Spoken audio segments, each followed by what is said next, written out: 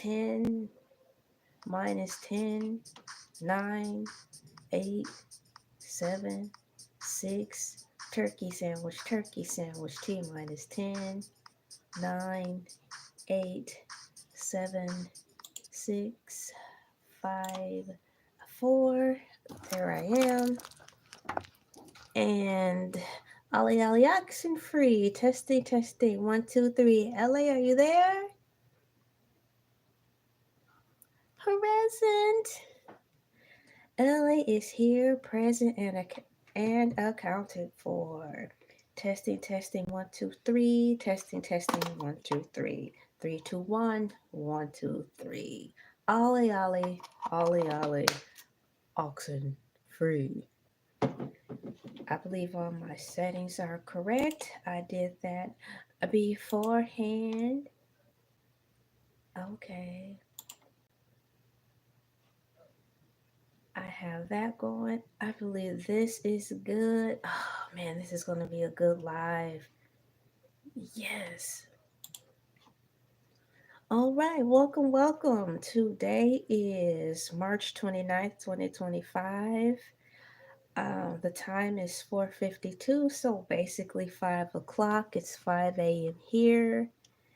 It's like 5, 6, 7, 8, 8 or 9 overseas by way the country and or continent of well, I don't know, country of London, the other country, and it's probably like let's see, five, let's see, so it's 5, 6, 7, 8, 9, 10. It might be 10 or 11 in Africa, something like that.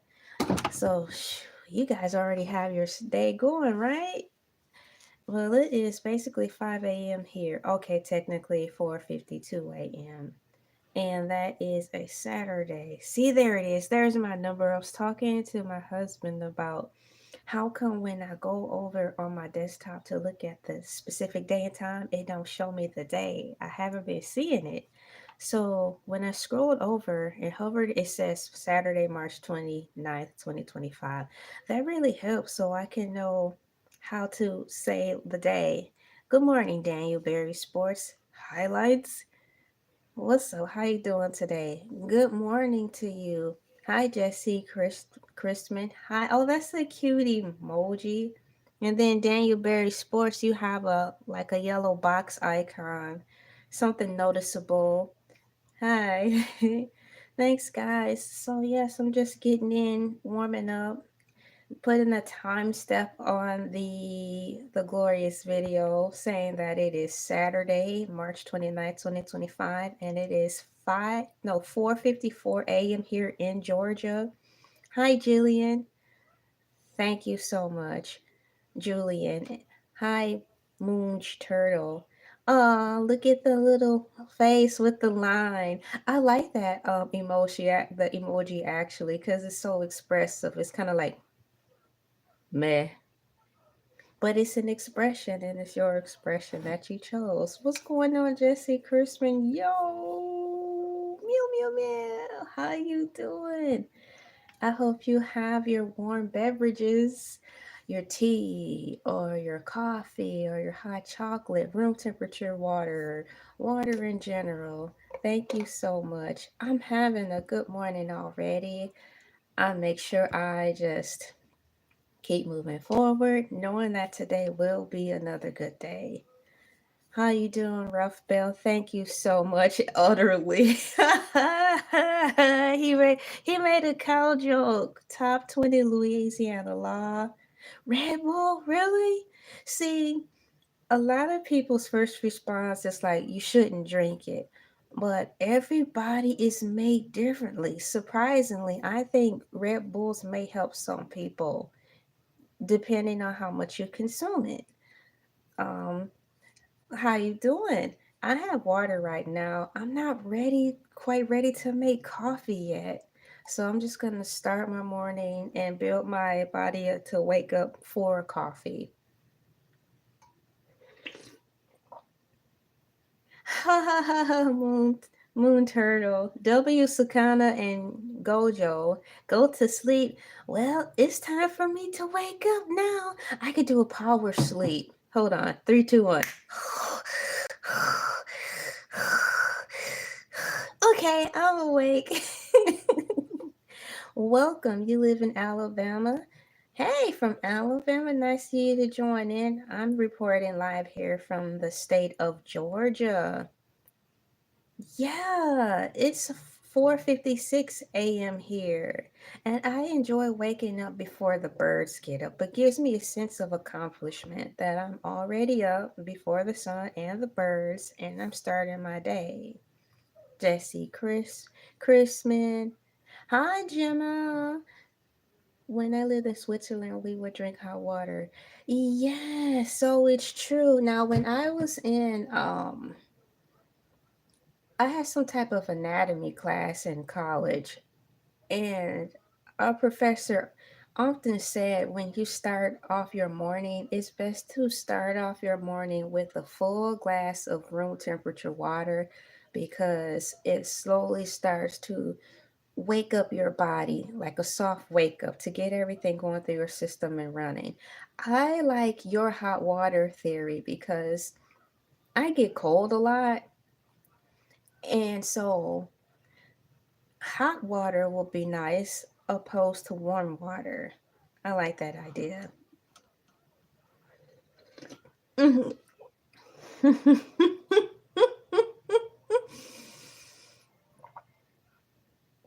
I just read Moon's Turtle. Yes, because Georgia is closer to the sun. I don't think I'm right about. Okay. Well, hey, it sounds close enough to me because the summers are summering here, you know? So, hey, I'm going to accept that theory that it's hotter because it's closer to the sun. Jeez. You ever see a warm, sunny day here? It's like 1,000 degrees. Oh no, you're going to Domain's Infinite Void? No, it sounds like you're in the middle of playing Minecraft or something. Yeah, I actually have a favorite blanket. Like Linus from the Snoopy show. I have a favorite blanket, but this is technically right now my warm blanket. So that's the whole vibe here. You just have your warm beverages of choice. And I have my cereal. I'm still munching on Apple Jacks. Actually, I have my Apple Jack cereal, and I have my Batman bowl. It's a small one. I have a bigger Batman bowl, and I pour my cereal in here, and I just vibe with you guys, and I just chat and talk, and I munch on the cereal because when we grew up we had cereal in the morning and cereal on Saturdays. This is a place where the cool people just hang. I live in Georgia too. Okay, how you doing? Well, welcome, Georgian. I know I'm familiar with Minecraft. I like Minecraft, but I don't play it like that. I can't say it, but I am a fan of Minecraft. It's cute and it's fun. However, if I had to choose between Minecraft and Roblox, I'm a go-toer for Roblox. Yeah. Roblox is really fun. I think it's no different from the joy that most people feel when they play Minecraft. So I think the joy between either playing Minecraft or Roblox, the joy is mutual. I would love to have more time to play Roblox, but when I do get on there, I'm always happy about it. Oh, yes, yes, Jason Bender. Hello, yes, indeed. Wisconsin in the 1980s. Let me finish reading. 1980s and 1990s Saturdays, we had toast and cereal, yo. We eat Captain Crunch. We can eat Cheerios. Good luck with the YouTube. Thank you so much. I appreciate it. And I appreciate you. Yes. Thank you so much, Moon Turtle. Thank you so much. I need to actually fill up my bowl before I get started. Thank you, W, Sukana, and Gojo. That's kind of cute. It sounds like a name of a TV show.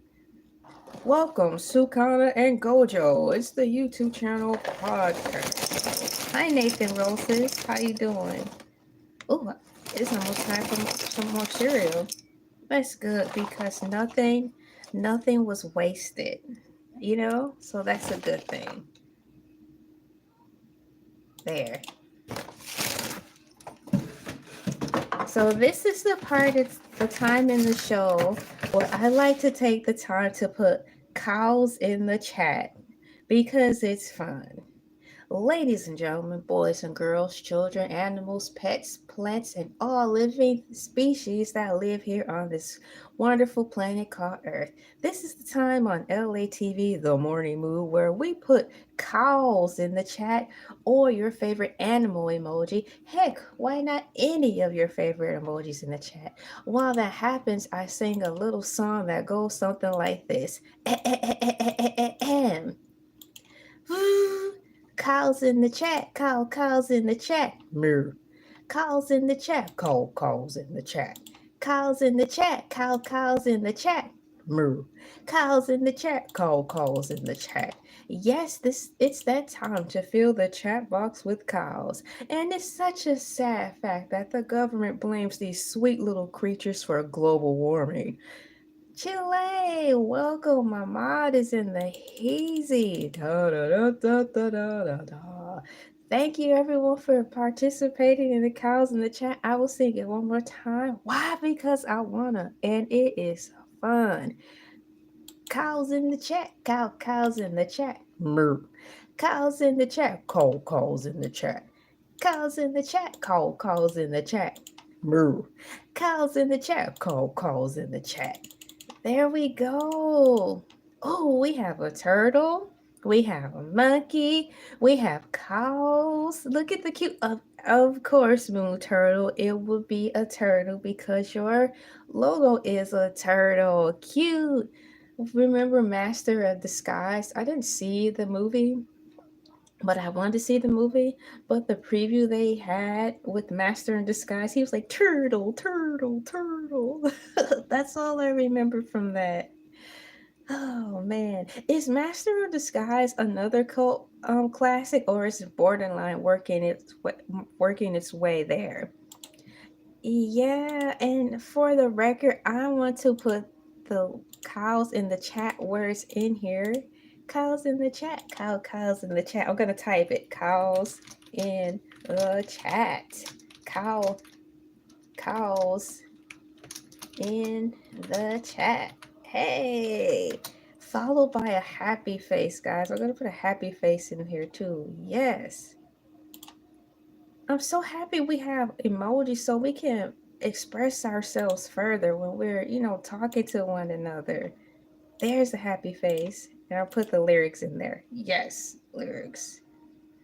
You have a YouTube channel. Okay.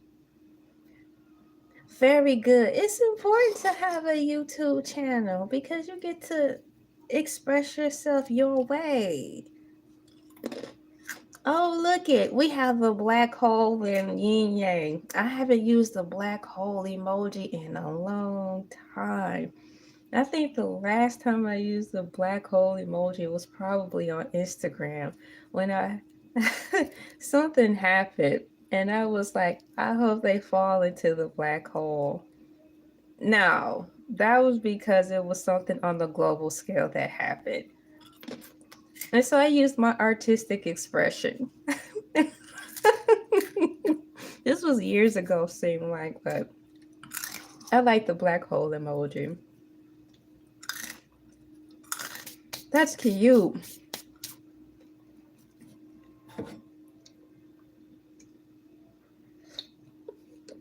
You guys, we're already 15 minutes.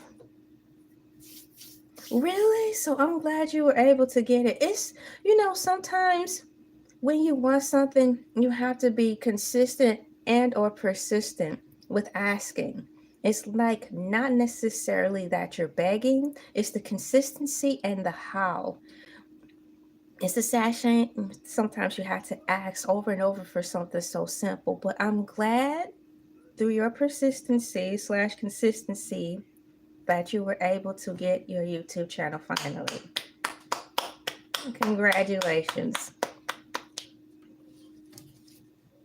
It's not fair that some of the simple things we want in life are not as easy to come by, and they should be. But hey, I think that's a really good story. It's a great story. Thank you for sharing that. And I'm gonna put some celebration emojis in there. That's a good story. Thank you for sharing that with me. Thank you for sharing that with us. Let's see here. And then after I do that, I'll get started with the topic of the day. Congratulations.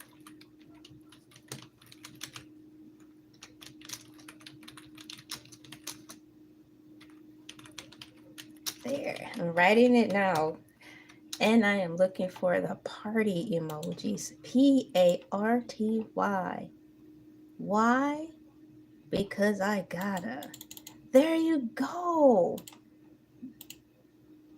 Yes. I have a survey up here. Let's see. Well, it asks, have you seen the Pulp Fiction movie? It's an open-ended question, I think. Well, it's not really open-ended question. It's either a yes or a no. Let me pull the Wikipedia because I was planning this topic out for a couple of days. And based on the last video I did, maybe 4 videos ago now, when I took 3 hours to talk about I took 3 hours to talk about Jurassic Park movies. By the way, Jurassic Park is coming out with another movie called not the Resurrection. Oh man, I think it's called Jurassic Park Rebirth. Yeah, Jurassic Park The Resurrection coming out Easter Sunday. No, I think it's Jurassic Park Rebirth. Well, I talked about that movie for like 3 hours. I made a personal YouTube history. That's the longest live stream I've ever done. There was my most current video I did about Elon Musk and Tesla. I had so many notes and tabs that I was reading to just build up, like, my theory. You're welcome, Moonch Turtle. And I had so many citations that I wanted to share with you guys. I actually ran out of room in the description box. The description box turned red. That's how many articles that I was reading off of by way of having AI overview help me. I still wanted to cite my sources because you guys may want to read the information. You don't want to just go off of what I'm saying. So I provided all the links and information. So I have Pulp Fiction loaded up here. And the best way for me to start this is to simply go to it through Wikipedia. So I will be going to Wikipedia and reading what all they have to say about Pulp Fiction. And then I'll go from there. I want to take my time and just get into this. So here's Pulp Fiction. Wow, it's so much. So Wikipedia, Pulp Fiction is where I'm at.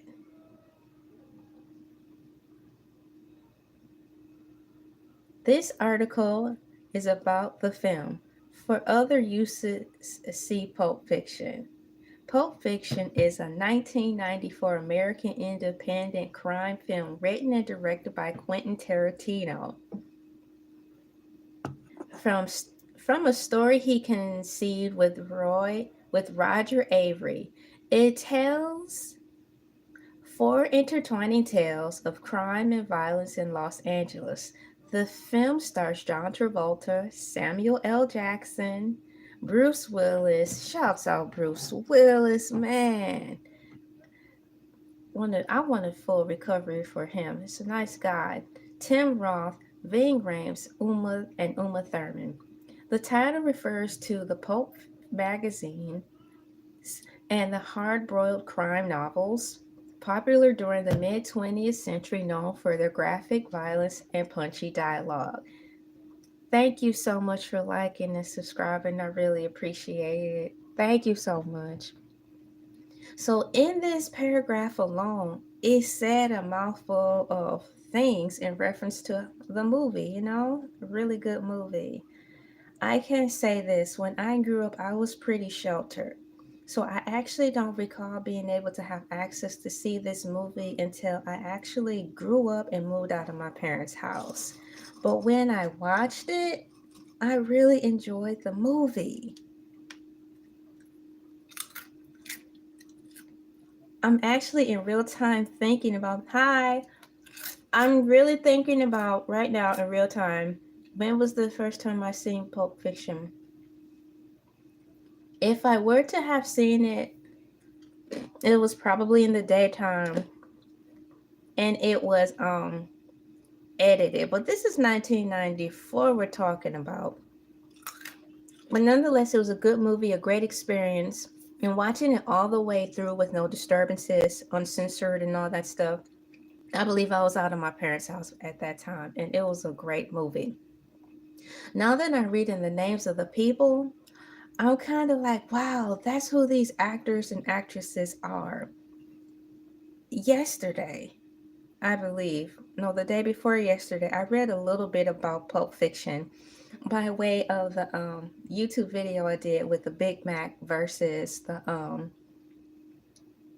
what do you call it? The Big Mac versus the Whopper. I made a reference in that video about how on Pulp Fiction they have this whole cool, interesting dialogue where they're like, Royale with cheese. So that's what made me start talking about Pulp Fiction altogether. Now, I knew of John Travolta and I knew Samuel Jackson. But you guys, I didn't know who Uma Thurman was. I didn't make the connection / realize that the woman on the cover of Pulp Fiction is Uma Thurman until yesterday. I'm like, what? I didn't know that. I just knew when I was watching Pulp Fiction that the woman in the movie was a good actress. She played her role well. It was freakishly believable, especially growing up in the time that the movie came out. That's how the posh type of people that I was familiar with and kind of grew up around carried themselves. And it's like, wow, it was just really cool. I was so impressed, but I didn't know that she was Uma Thurman. And then Ving Rhames, I didn't know him by name. I was not really familiar with him that much. His face, it was just like etchy. You have a good night. Thank you for coming in. And so those are fun facts that I'm just now learning.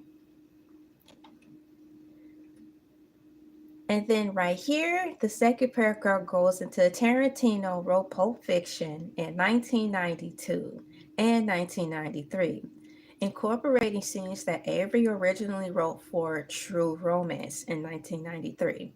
Its plot occurs out of chronological order. The film is also self-referential from its opening moments, beginning with a title card that gives two dictionary definitions of pulp. Considerable screen time is devoted to monologues and casual conversations with electric dialogue revealing each character's perspectives on several subjects. And the film features an ironic combination of humor and strong violence. TriStar Pictures, shouts out TriStar Pictures. Isn't TriStar Pictures the really cool people who have the logo with the pony or the unicorn on it? Let me hover over it and see if it'll show me. Maybe they've evolved, because in my mind, when I think of TriStar Pictures, I thought of kind of like the night begins to shine. Mirror, mirror, mirror, mirror, mirror, mirror, mirror, mirror, mirror. Saw you there. Oh man, what's up, Teen Titans Go? But TriStar Pictures, as I hover over the logo, is like this horse with wings. That's unicorn enough. I mean, a horse with wings. You don't need a horn. The wings are your horn. So, TriStar Pictures reportedly turned down the script as too demented. Are you serious? TriStar Pictures turned down the script for Pulp Fiction because they said it was too demented. Miramax Film co-chairman Harvey Weinstein was enthralled. However, the film became the first that Miramax Films fully financed. So way to go, Miramax, for taking a shot at a film that was quite unusual for that time. I mean, it's the early 90s, 1990s, for when things were still, quote, good. And movies that came on TV were censored. And when 6 o'clock came, they started saying the D word. You know, they didn't even say the S word. And then when 7 o'clock came, some more heavier movies came on. I think they're allowed to say SHIT. But when 9 o'clock rolled around, they were cussing. Not so bad, but they were cussing. They weren't saying the F word, but wow. So TriStar Pictures turned down Pulp Fiction because they thought the script was too demented. But once again, that's a reflection of the times that we were in 1994. People were so hell-bent on putting on a projected image of being completely perfect and wholesome, and that there's nothing wrong with me. I love what I do. Everything is perfect, like the Lego movie. Everything is awesome, and they're like, no, it's not. Everything is cool when you're part of the team. No, it's not. Everything is awesome when you're living your dream. People nowadays are at least more comfortable to admit that they are not awesome in this moment and are comfortable saying that because that's the freedom of being in these human bodies, to experience all the feelings that come with it. Every day isn't gonna be awesome. It's okay. I feel like a bag of poop today. Awesome. You told us exactly how you feel. And I hope you work through that at an expeditious time so you can stop feeling that way. But everybody's on their own timeline of healing. Pulp Fiction won the Palme d'Or at the 1994 Cannes Film Festival. I don't even hear that term anymore. Do you guys even hear that term anymore in the Hollywood realm? The Palme d'Or is the highest prize awarded to the director of the best feature film of the official competition at the Cannes Film Festival. It was introduced in 1955 by the festival's organization committee, previously formed previously from 1939 to 1954. The festival highest prize was the Grand Prix du Festival. I miss hearing those that verbiage. Go mini cute. Remember that's funny. Yes, do you remember them? Do you remember him? But do you guys remember Palme d'Or? Grand Prix du Festival. I don't hear that anymore. Wow. So they won that at the 1994 Cannes Film Festival and was a major critical and commercial success, that's for sure. It was nominated for 7 awards at the 67th Academy Awards, including Best Picture, that's for sure, and won Best Original Screenplay, definitely. Travolta, Jackson, and Thurman were nominated for Best Actor, Best Supporting Actor, and Best Supporting Actress, respectively, as a result of the film's success. Travolta's career was reinvigorated. The film's development, marketing, distribution, and profitability had a sweeping effect on independent cinema. This is not a lie.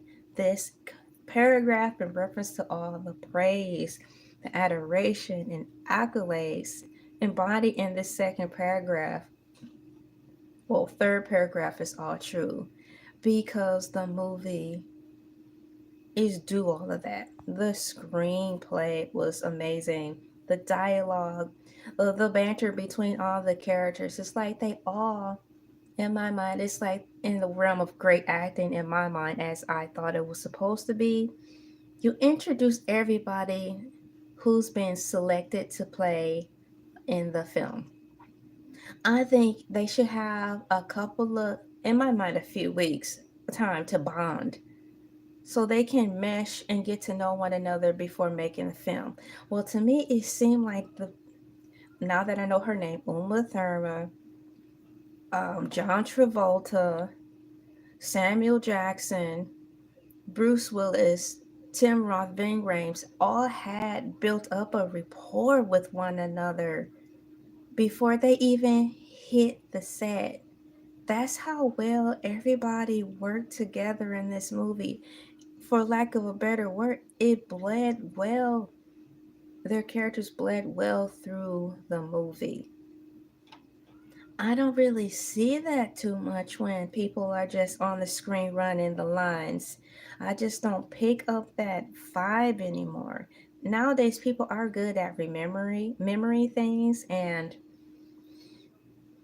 just delivering it, but it's more about how you're delivering. Are you embodying yourself in this situation and just talking about it? That's what these actors did. It was great. Best actor, best supporting actor.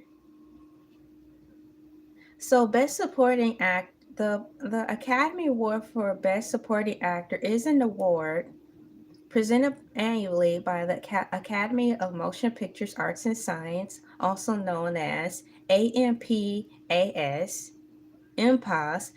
It has been awarded since the ninth Academy Awards to an actor who has delivered an outstanding performance. I think all of them should get an award. And that's a good question. Let me see if I have my clipboard. I'll have my clipboard here because as I talk, there might be notes I want to ask and see what's going on in reference to this. I need a sheet of paper. When I was in school, sometimes my teacher would say instead of a sheet of paper, my teacher would say a slip of paper. And I think it was my math teacher. She would say, "Here's a slip of paper." So, yeah. So I'm going to take out a slip of paper so I can put my notes in here because I have a question I want to know about. Look at, I have my paper in this cute little green thing. I like it. My husband got it for me from Dollar Tree. So I can guarantee that my paper won't get smushed.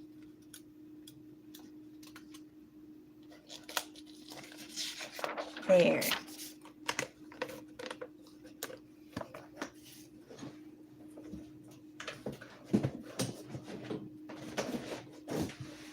Okay, now I'm going to put my question here I'm going to ask next. I need my ink pen. Look at my ink pen. My things I keep my ink pens and stuff in. There's two ladies that I used to work with. We all had the same mugs. I bought one for myself and one for them too. It's cute. There. So the question I'm going to ask is, did all of the leading roles get a supporting actress award? Because that's how good they were, and I think all of them should get it. Pulp Fiction. Did all of the actors and actresses get a supporting there? Write faster, AJ.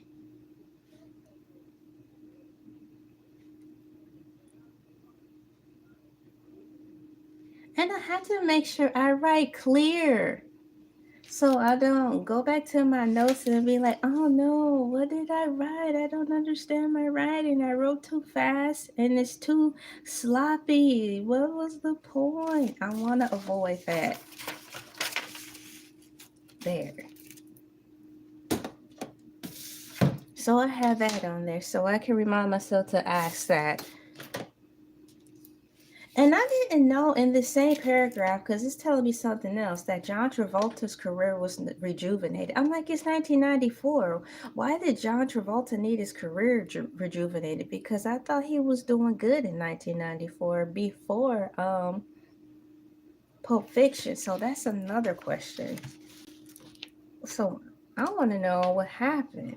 So let me open up a tab really quickly and see what happened. I'm going to type in, why did John...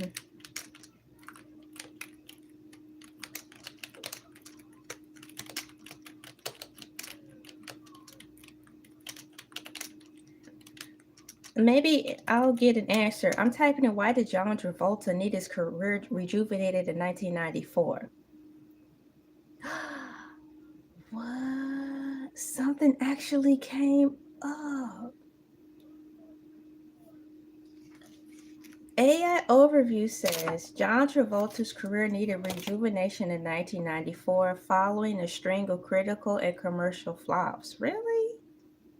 But his role in Quentin Tarantino's Pulp Fiction successfully revived his acting career and showcased his talent and range. Dude, I didn't know that. I mean, it's effing John Travolta. That's just like saying, I'm Samuel L. M.F. Jackson. You know how he hollers, what more do you want?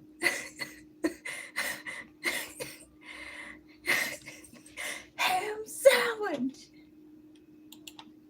So, why did John... This is good. I'm writing some more notes down for my personal records. Thank you guys for coming in, and thank you for pressing the like button and showing support and commenting. It is 5:28 a.m. here, and it is March 29, 2025, and it's Saturday morning. I hope you have your cereal with you, because I do. It's pretty much empty. I have some left in my bowl, so I'll have to pick out another cereal for the show.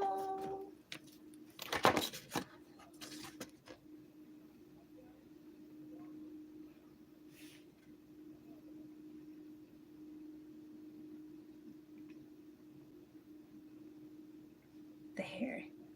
So Wikipedia informed us all collectively at the same time, at the same dang time.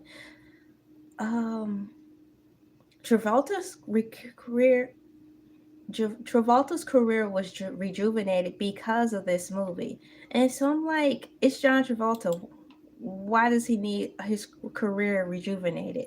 So I typed in here in Google search, why did John Travolta need his career rejuvenated? And to my surprise, this is unexpected, Wikipedia says John Travolta's career needed rejuvenation in 1994 following a string of critical and commercial flops.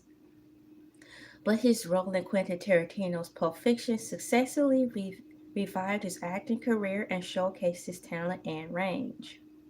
Here's a more detailed explanation. I need my glasses because the next set of words and the detailed explanation is kind of small.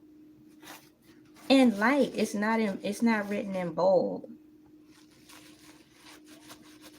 It's not typed in bold, so I need to put my glasses on. There. Just one moment as I monitor the chat really quickly. And put a couple of things in there. And I want to put another thing in there too if I can find it. There.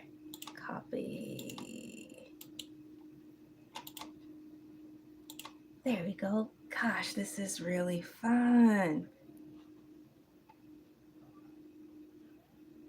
Let me minimize this. Oh, I didn't want to do that. You guys, I pushed the wrong button. There. So, here's a more detailed explanation on why John Travolta needed his career rejuvenated in 1994. Hang on. I had to adjust my cow soup.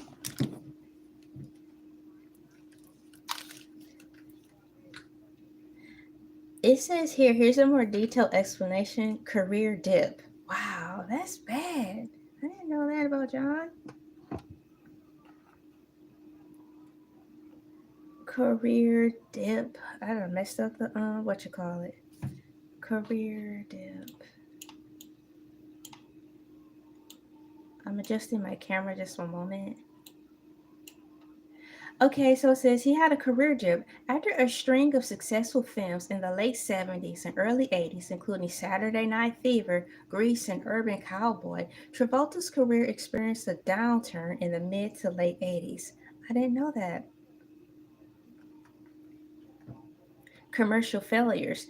This period saw a sting of critical and commercial failures, leading to a decline in his public image and film offers. Who was his agent? So many questions, so many questions. Who was John's agent at that time to have him just tank like that? He probably beat him up. I pay you all this money. I didn't pay you all this money to have my career tank.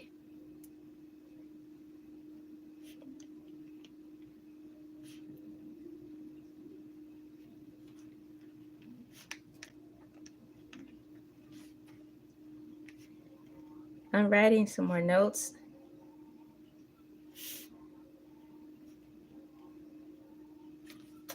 There.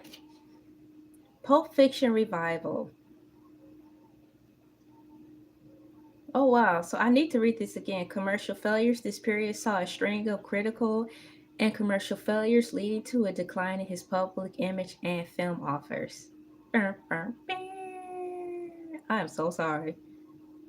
Pulp Fiction revival. I just don't know it. Travolta's role as Vincent Vegan in Pulp Fiction 1994 proved to be a turning point.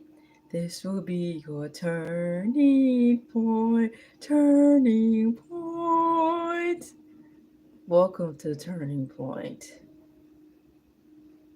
I want to say a few things about those of you who know the Turning Point Christian TV show. There was a guy who talked pretty much like that, and he's like, "Turning Point, welcome to Turning Point broadcast. Today we're going to talk about the Lord."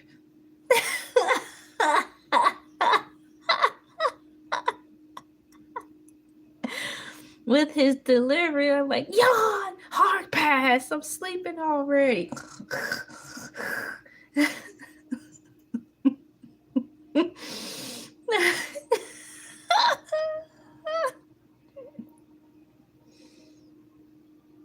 So, Pulp Fiction revival. Travolta's role as Vincent Vega in Pulp Fiction 1994 proved to be a turning point, showcasing talent. The film allowed Travolta to showcase his talent and range as an actor, earning him critical acclaim and the second Oscar nomination.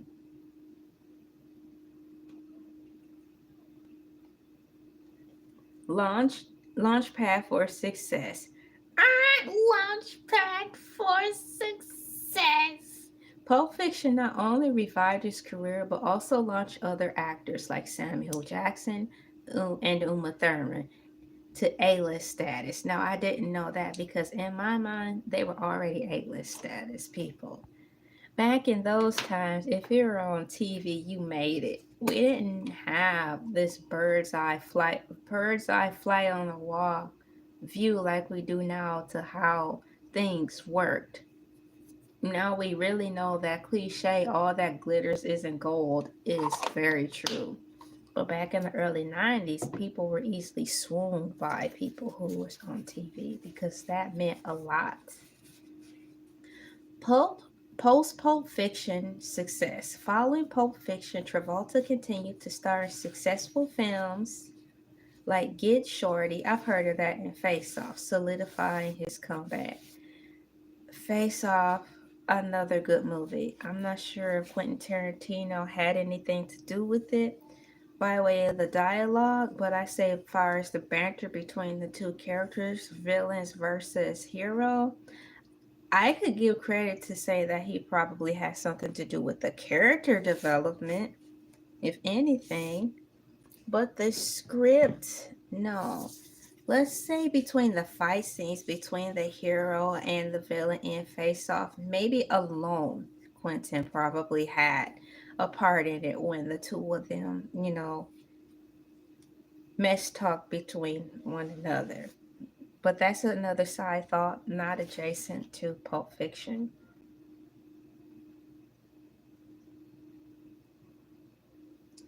Here's a summary. Summary. Shouts out X Ministries. Summary: John Travolta's career seemed unstoppable after his success in the late 70s and 80s, but it quickly declined after the commercial failure of Blowout. Quentin Tarantino's Pulp Fiction resurrected Travolta's career, showcasing his talent and range as an actor. As we go back to Wikipedia, under the classification of Pulp Fiction, I continue on reading this wonderful information.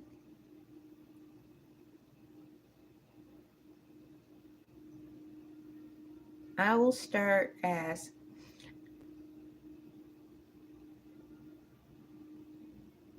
a result of the film's success, Travolta's career was rejuvenated. The film's development, marketing, distribution, and profitability had a sweeping effect on independent cinema.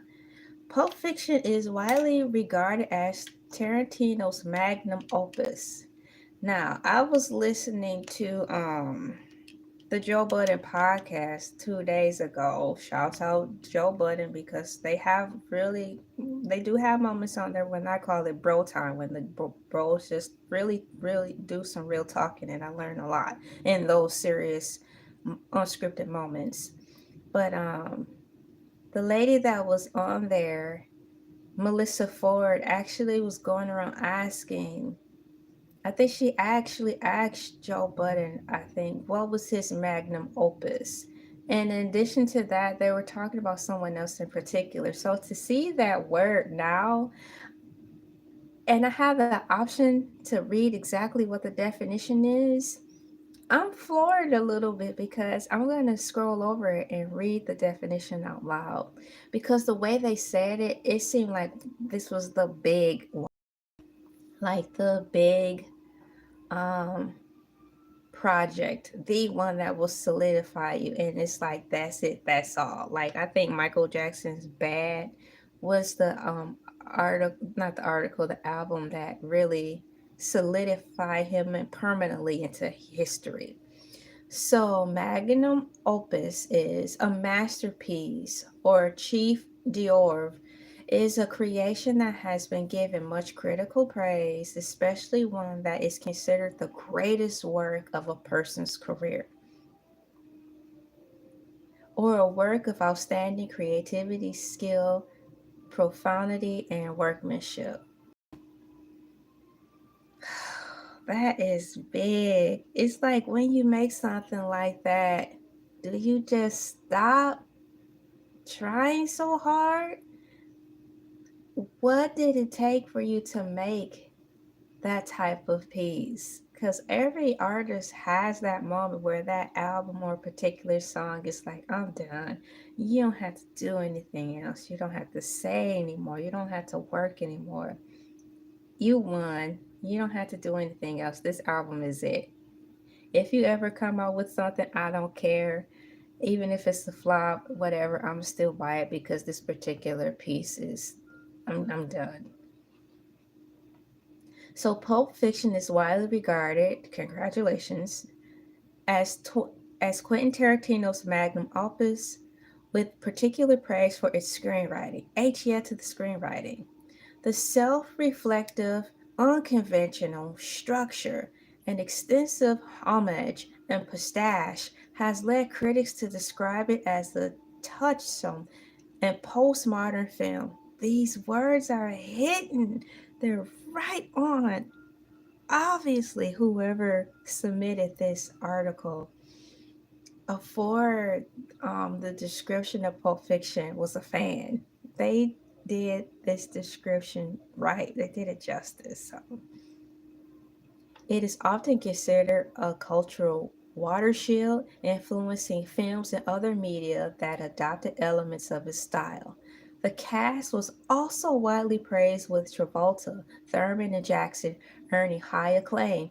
In 2008, Entertainment Weekly, shouts out Entertainment Weekly, one of the first celebrity news OGs as well, named his best film in 1983. Once again, in 2008, Entertainment Weekly named it the best film since 1983. Wow.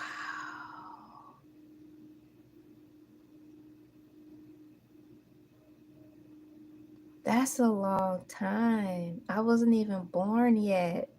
I was born in 84. So it took all that time for Entertainment Weekly, the big G's at the time, to climb up off their seats and come down here to little old planet Earth, to the land of Hollywood, to give a nod to a film from 1983. They were sitting on their thrones, scurrying about with their gold binoculars peering down on Earth, waiting for someone to create a film that will raise them from their seats so they could give this award. It wasn't until 2008 that they did that. They named Pulp Fiction the best film since 1983, and it has appeared on many critics' lists of the greatest film ever made. Yes, I do agree.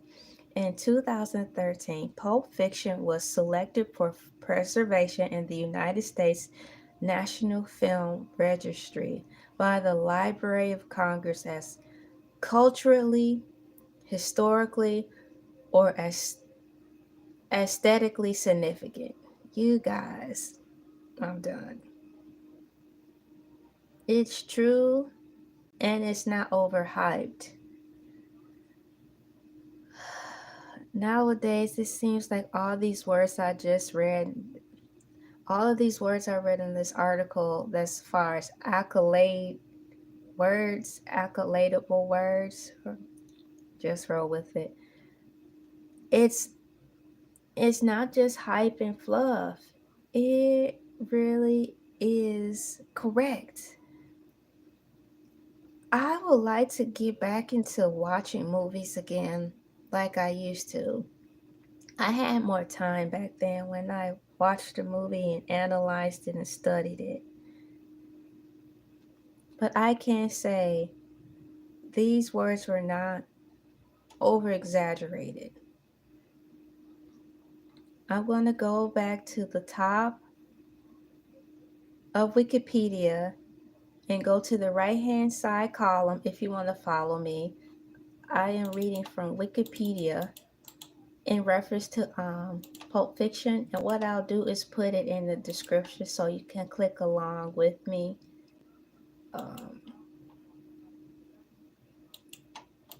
Let me put that in here now.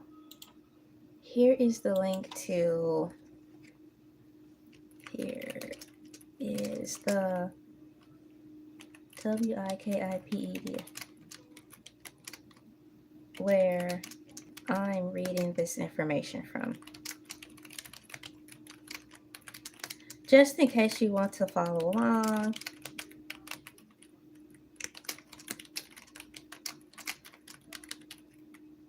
There. So the link has been placed, so you might have to refresh your page.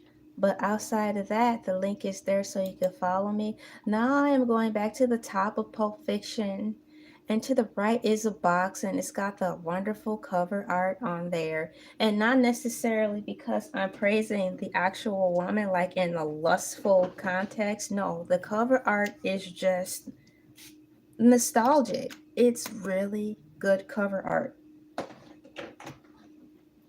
So it's got underneath the theatrical release poster, director Quentin Tarantino, written by Quentin Tarantino, story by Quentin Tarantino and Roger Avery, produced by Lawrence Bender, starring, here's the epic list, guys, starring John Travolta, Samuel L. Jackson, Uma Thurman, Harvey Keitel, Tim Roth, Amanda Plummer, Maria Diaz Morales, Ving Rhames, Eric Schultz, Rosanna Arquette, Christopher Walken, and Bruce Willis. Heavy hitters. I miss movies where they stack the deck with A-list actors according to my eyes. And the movie don't just weigh solely on the name. But when you said these people's names, you knew what you were getting every time in the movie. Even if the movie was a flop, you knew the portions where the key actors came in, they gave the movie a jolt. And those are the things you could take away from the movie. That's the power and the strength of good acting. I miss that. Where is it? Cinematography, Andres Socola, edited by Sally Menke, production companies at Band Apart, Jersey Films. Wow, shouts out to you, Jersey Films.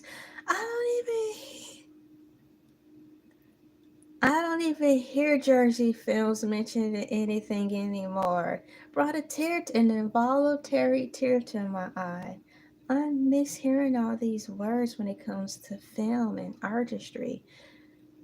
Daniel Michael DeVito Jr. is an American actor and filmmaker. He gained prominence for his portrayal of the taxi dispatcher Louis De Palma in the television series Taxi in 1978 to 1983, which won him his Golden Globe Award. An Emmy Award, he plays Frank Reynolds on FXX. So, I'm going to assume that Jersey Films has something to do with the legendary Danny DeVito. Distributed by Miramax Films. Release date May 21st, 1994. Cannes October 14th, 1994. United States. Y'all, even the thought process was well thought out in reference to when to slate the movie to be released to the public.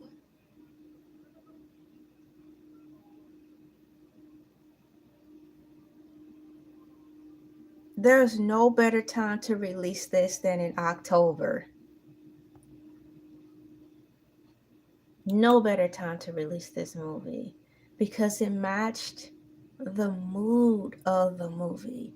My mind instantly goes to the scene when John Travolta is going to pick up Uma Thurman in the night. The whole scene and the mood seemed like something was going to happen.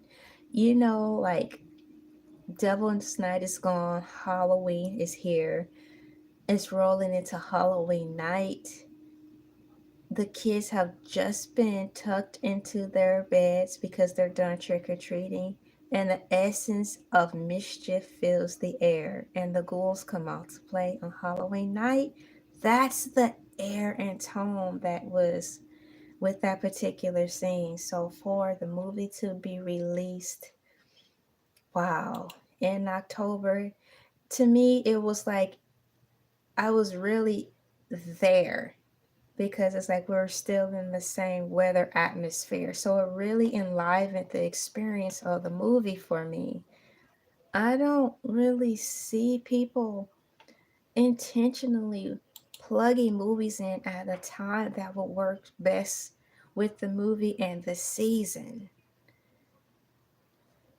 Oh boy.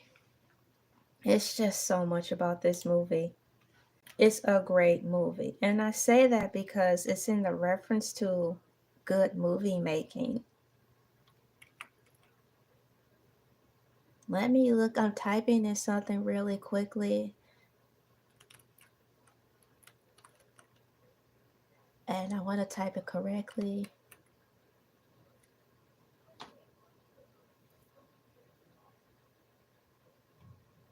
Uh, I don't want to put the wrong thing in here. I have to be bold sometimes, so I'm going to send that. I'm putting a couple of tags in.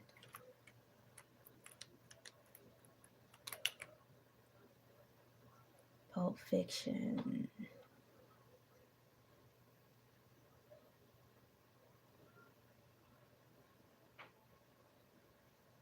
There. Whew.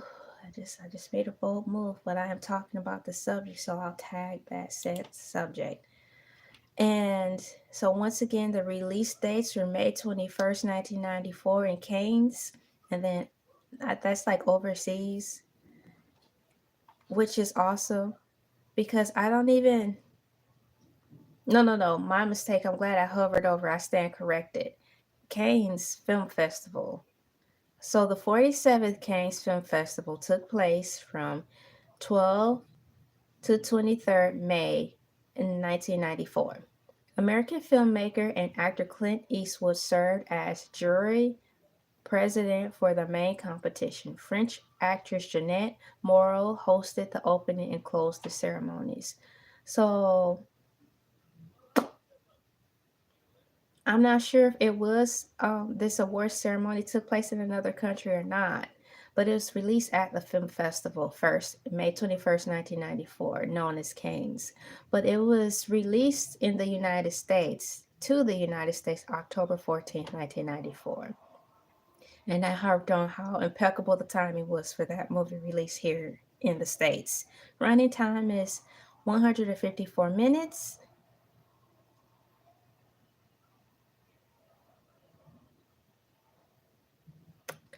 The country, United States, the language is English. The budget was $8 to $8.5 million, and that's a lot at the time because when I did the Jurassic Park review,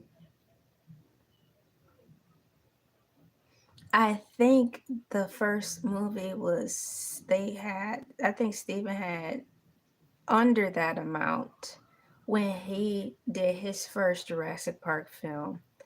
I had to look into that. And then the box office, talk about turnover. He brought in $213.9 million. Now that is like, remember Avatar when it first came out? You want to talk about profitable turnover. That's a good investment. But that's how good the movie was. That's how good the marketing department was, the team. It's just so many facets in reference to Pulp Fiction that I could talk about because just to have a turnaround like that financially, the thanks goes into everybody collectively that you see at the end when the movie goes off, when they roll those credits. At that time, that's when credits were crediting. And everybody did play a significant role in putting the production together. Wow. I was going to write something in my notes in reference to this. Perhaps if I scan through here, I'll remember what I was asking. So let me make a sidebar note. Jurassic Park Part 1. I want to see their budget because I did a whole video about this. Okay, let me open it up here.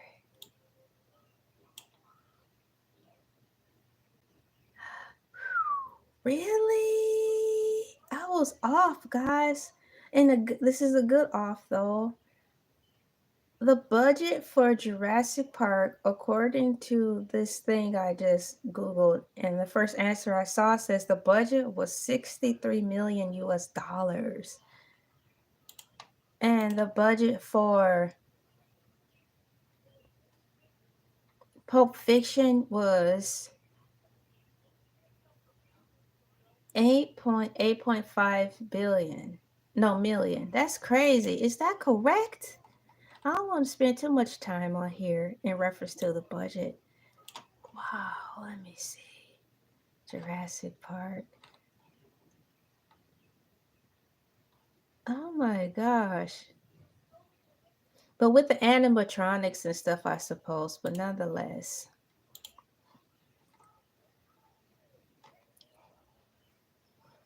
So I'll take a pause right here because we've reached the first hour, guys. We are in our first hour of talking about Pulp Fiction. An hour has already gone by. Thank you for coming in, liking, sharing, commenting, and subscribing. Welcome to the Elay TV platform. My name is LA, pronounced like LA, like the city. I'm not from there, but I'm breezy. Welcome to the Morning Moo, where we just sit here, chill out, have a vibe. It's kind of like hanging out at the coffee shop with a newspaper where all the cool people hang, and we just talk about things that suits our fancy. I have my onesie on. It's a cow one because it's really comfortable, and it's one of my favorite ones. It's pretty much like a blanket, so it's a 2-in-1. I have my drink here. My drink of choice currently is water because I'm not quite ready for coffee yet. Even though it is an hour that's gone by, it is officially 5:57 a.m. on my clock. 5:57 a.m. It is March 29th, 2025. It is Saturday. Happy Saturday to all of you. Happy Sabbath if you are down with that. My name is LA, pronounced like LA, like the city. I'm not from there, but I'm breezy. Thank you for coming into the Morning Moo. We are entering our first hour of the show and or podcast if you're listening to me while you're in the gym or on your way to work. As I take a sip of water and I'll grab some cereal to munch on because this is my small intermission before I transition back into the topic of choice. The topic of choice today is Quentin Tarantino's Pulp Fiction, the cult classic.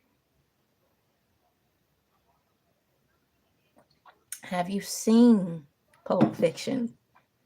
Yay or nay? Pulp Fiction is a good movie.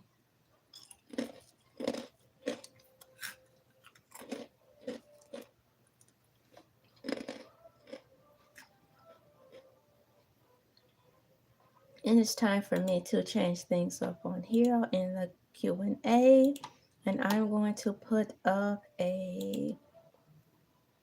create a poll. I'm going to put a new survey up since it's a new hour. New people will be coming in. Others have gone to sleep. I appreciate the first round of people, flow of people who came in who actually did subscribe and comment and tell me a little bit about their day. We actually had a great victory report where one of the YouTubers talked about her struggles of trying to get a YouTube channel and finally was able to do as such. Sometimes you have to be persistent with asking. Remember, it's not the fact that you're asking, is how you're asking and how consistent and determined you are for said thing. Some things you cannot do on your own, and the person who is holding, unfortunately, the control is the one you have to ask for help from. So congratulations to the YouTuber for getting your YouTube channel up and going. Persistency is key. I'm going to scroll through my notes because I believe it was username Moon Turtle. I was very happy about that. So I believe it was Moon Turtle who finally got the YouTube channel up and running. The thing is, if you don't ask, you won't get. You're going to either get a yes, no, or maybe. But if you don't get anything, how can you move anywhere? A no will get you going and a yes will get you going. So let me put, have you seen? You seen the movie Pulp Fiction?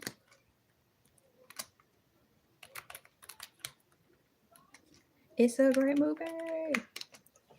I'm going to put some popcorn emojis in here, then I'm going to roll the survey up. You guys, I think I heard my first bird, my first set of birds waking up.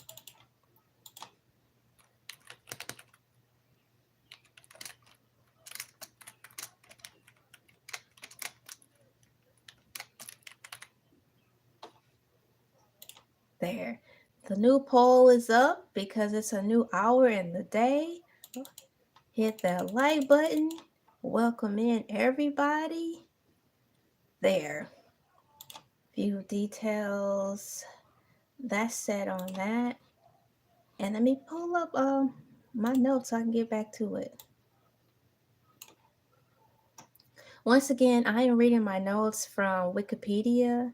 I have the description or the link down there. So if you want to follow with me as I read along, you sure can. Now we're getting into the thick of it.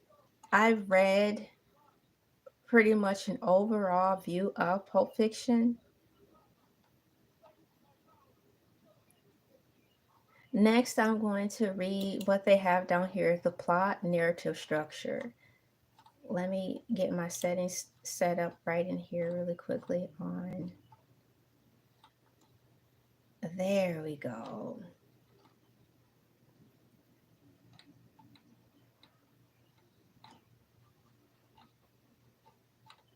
Settings are set. Yes, the birds are up, guys. The birds are awake. I was up before the birds because that was my plan for today.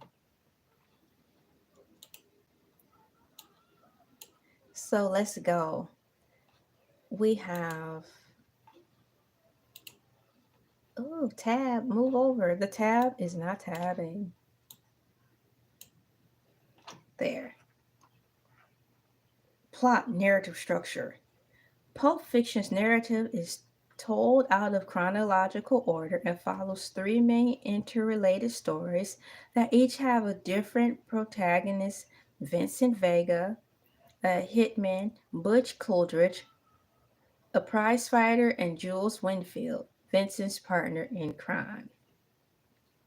The film begins with the diner robbery staged by a couple, then begins to shift from one storyline to another, before returning to the director for the conclusion. There are several narrative sequences. The three primary storylines are preceded by intertitles. Number one, the prologue, the diner. Number two, the prelude to Vincent Vega and Marcellus Wallace's wife. 3. Vincent Vega and Marcellus Wallace's wife. 4. Prelude to The Gold Watch, a flashback B to present. Number 5. The Gold Watch. 6. Bonnie's situation. And 7. Epilogue, The Diner. If the 7 sequences were ordered chronologically, they would run from 4A to 6, 1, 7, 3, 4B, and 5.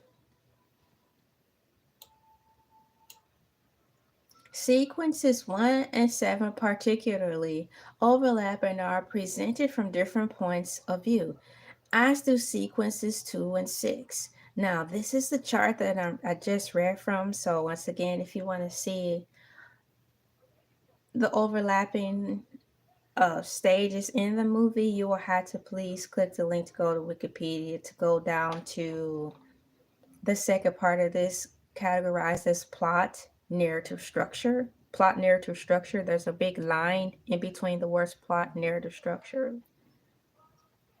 to follow what I'm saying. The structural form is an episodic narrative with circular events adding a beginning and end and allowing references to elements of each separate episode to be made throughout the narrative. Other analysts describe the structure as a circular narrative. That is amazing. Oh, that's so cool. Do people even use that in movies anymore? I have a lot to research. Let me get this set up so I can read it accordingly. Now we're getting to the summary. The summary. Ooh, those birds are birding this morning.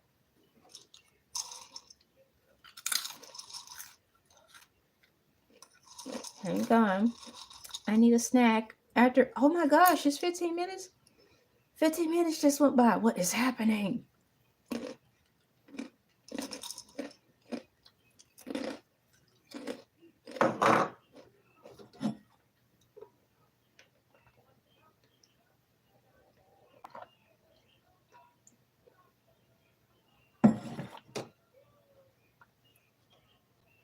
Here's the summary. A pair of thieves, Pumpkin and Honey Bunny, reminisce on their past robbery attempts as they eat breakfast in a diner. Pumpkin proposes they rob the diner at that moment because he believes the patrons and employees will be unprepared to stop them. Honey Bunny agrees.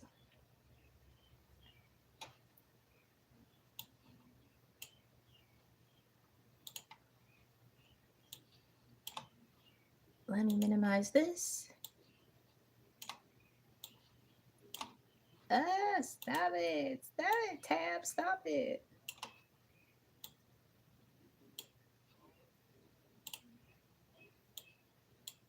Two hitmen, Jules Whitfield and Vincent Vega, arrive at an apartment to retrieve a briefcase for their boss, influential local gangster Marcellus Wallace, from a business partner, Brett, and his friends. On the way, Vincent mentions that he had been tasked by Marcellus to take his wife, Mia Wallace, to dinner and ask Jules questions about Mia. After Vincent checked the contents of the briefcase, Jules shoots one of Brett's friends. Jules rebukes Brett over his attempts to double cross Marcellus and recites what is portrayed as a passage from the book of Ezekiel, before he and Vincent kill Brett. Vincent Vega and Marcellus Wallace's wife. Jules and Vincent give the briefcase to Marcellus, who bribes boxer Butch Coolidge to take a dive in his upcoming match. Vincent purchases street pharmaceuticals from his dealer, Lance. He unfortunately takes the street pharmaceuticals and drives to meet Mia, having agreed to escort her while Marcellus is out of town for the night. They eat at the 1950s themed restaurant and participate in the twist contest, then return home. While Vincent is in the bathroom, Mia finds his street pharmaceuticals, mistakes it for snow, and commences to partaking it into her nose. It results in an overdose. Vincent rushes her to Lance's house, where Lance helps revive her by getting adrenaline from Vincent to inject into her heart. Vincent takes Mia home and they agree never to tell Marcellus about this incident. It's like, give her the shot, give her the shot, give her the shot. That whole scene was crazy in my mind. I'm like, what in the New Jack City? What in the Boys in the Hood type Caucasian based drama filled action packed scene am I witnessing right now? It was so realistic. It emphasized and highlighted panic, sheer panic when people are doing things they shouldn't be doing anyways. And then when things go wrong, how they get so freaked out. In addition to that, they all have partaken into some heavy street pharmaceuticals, and now S has hit the fan and reality sets in that someone OD'd. They're not in the effing state of mind to be trying to save someone. They were too busy flying in the sky. And now they gotta figure out what to do because, in addition to that, the chick who done fell all out because she took some street pharmaceuticals to which she thought was snow, but it was big age. She done fell out OD'd, and this girl belongs to one of the biggest dudes in the land. Marcellus Wallace, a dude you don't want to cross because you gonna go meet your maker. And with him, it's not gonna be quick. It's gonna be drug out, slow and painful. This is the type of situation they all have unfortunately got themselves into. So that particular scene, I was so happy, overjoyed, and excited because I'm like, Quentin Tarantino actually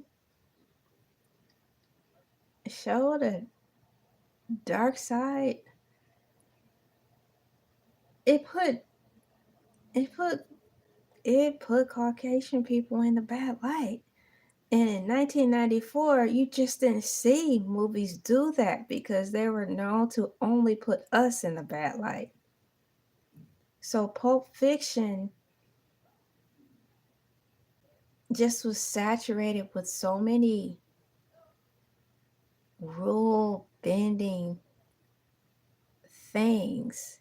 I can say to compare, there is M. Night Shyamalan and there's Quentin Tarantino.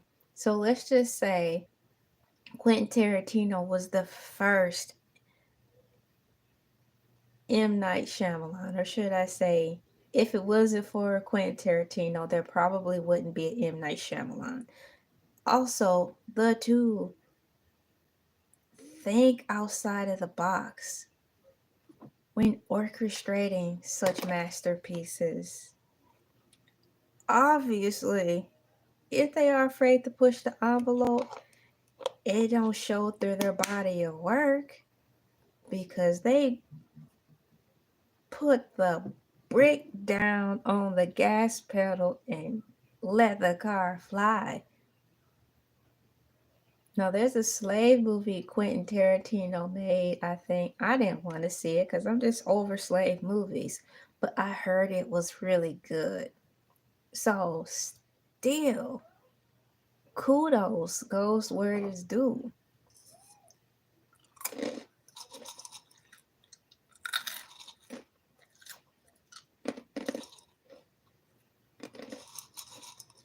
Now, if you haven't seen Pulp Fiction, because once again, it came out in 1994. So I will be probably particularly talking to Gen Z. I'm not sure how old Gen Alpha is right now. But the way these kids are evolving so fast, I wouldn't be surprised if Gen Alpha saw Pulp Fiction already. Shouts out to Gen Z and Gen Alpha.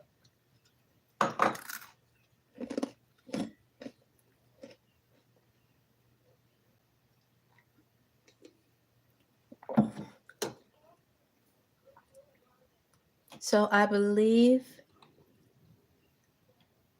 there's a breakdown 1 through 7 in Wikipedia plot narrative. That's the category I am in right now.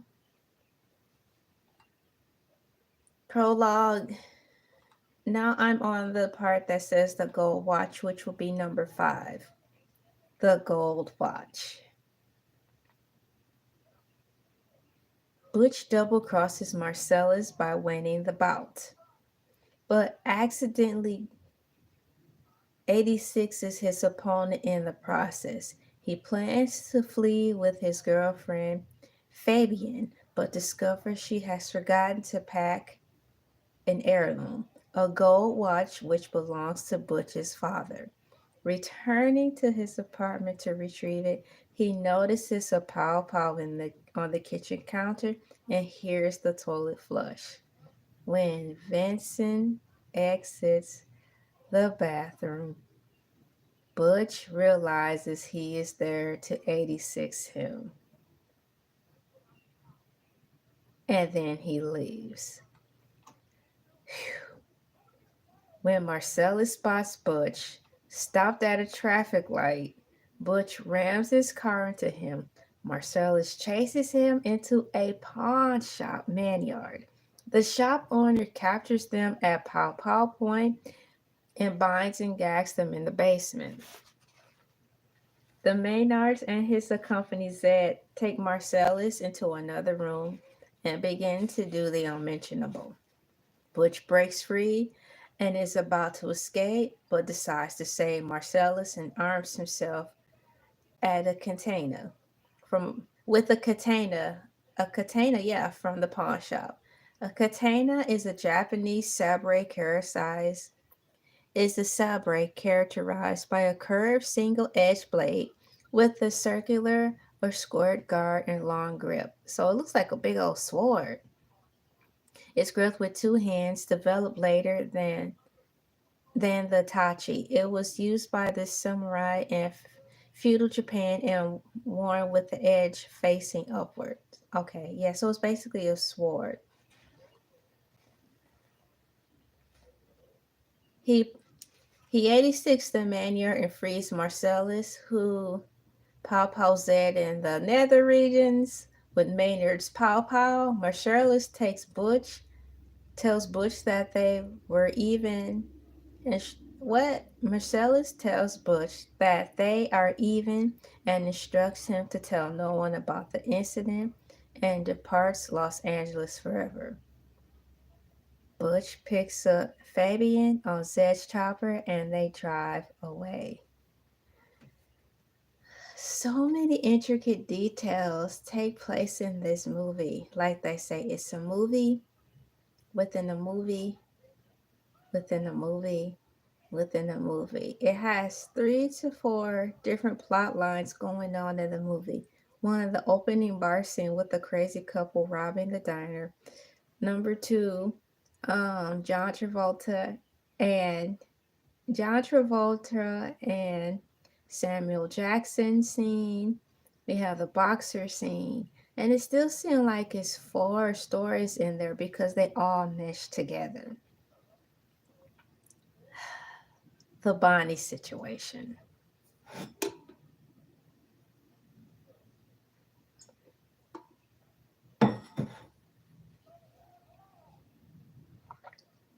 In the apartment, after Jules Vincent Paul Brett, another man bursts out of the bathroom and fires at them. Every Paw miss, and they pow him to 86 land. Jules says that their survival was a miracle, which Vincent disputes, believing the man was just a lousy shot. While driving away with another one of Brett's friends, Marvin, who was actually a plant from Marcella's organization, Vincent accidentally pows him in the head when Jules drives over a bump in the road, covering Vincent, Jules, and the car interior with blood. They hide the car at the home of Jules' old friend and former business partner, Jimmy, who demands they deal with the problem before wife Bonnie comes home. Marcellus sends a cleaner, Winston Wolfe, who directs Jules and Vincent to hide the body in the trunk, clean the car, dispose of their clothes, and take the car into a junkyard. This is awful, but this is what's happening. The movie is continuous in a way where you can idly or mind, I wouldn't say idly, you can mindfully, with intent, still eat your popcorn and be fully submerged into the plot of the movie. The popcorn was big back then and fluffy. The kernels were kerneling.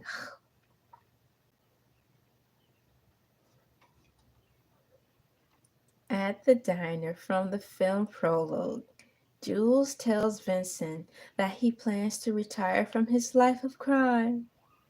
convinced that their survival at the apartment was divine intervention. While Vincent is in the bathroom, Pumpkin and Honey Bun hold up the restaurant and demand Marcella's briefcase.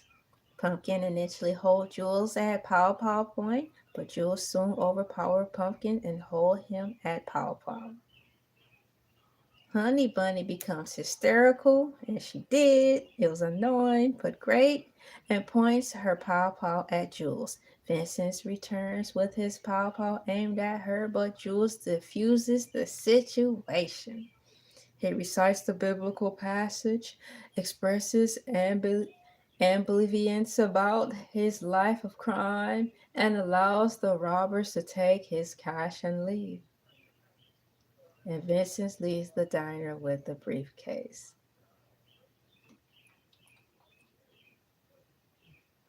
Y'all, I'm not even halfway down in this whole Wikipedia thing. There's more, and I've been talking about this for an hour and a half. I want to take the time while it's fresh in my head again, while it's fresh on my mind.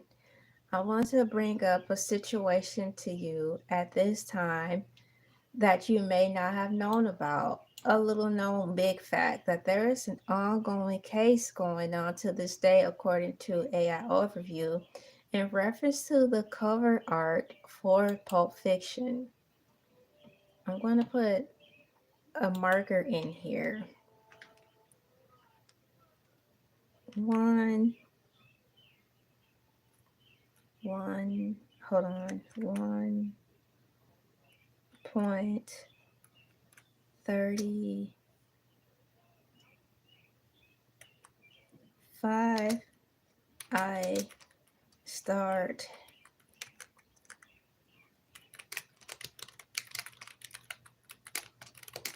the law, the court case. There is a court case going on with this movie to this day, and I'm getting ready to talk about that now. What I'm doing is putting a timestamp in here for the people to jump to it if they want to. Regarding this movie, R.E. And now how I found out about this court case that's going on is because the video I did with Burger King food versus McDonald's food, and I started talking about the Royale with cheese. Then I started to talk about the Pulp Fiction, and then it led me to talk about how wonderful the cover art is, which led me to the next chain of thought to say, well, who made the cover art? Then when I expounded on my search, it told me that there's a ongoing court case going on in reference to the ownership of the cover art. And so that's where I want to lead after I put my timestamp in here.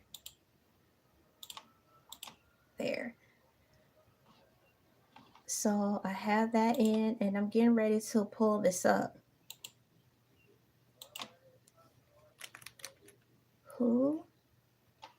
The question I asked is, who designed the cover art for a Pulp Fiction motion movie?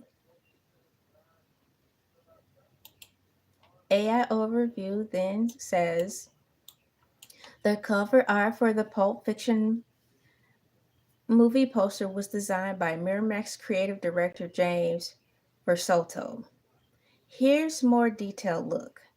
Iconic image. The poster features Uma Thurman as Mia Wallace lounging on the bed with her legs crossed, holding a lit cigarette and staring seductively beside a pow pow and a pulp novel. Vintage aesthetics.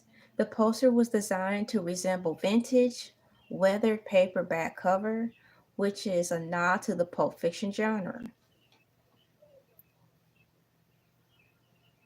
Versoto's role. According to The Ringer, James Versoto was the creative director at Miramax who conceived the poster. Key Art Awards. The poster for Pulp Fiction was a winner of several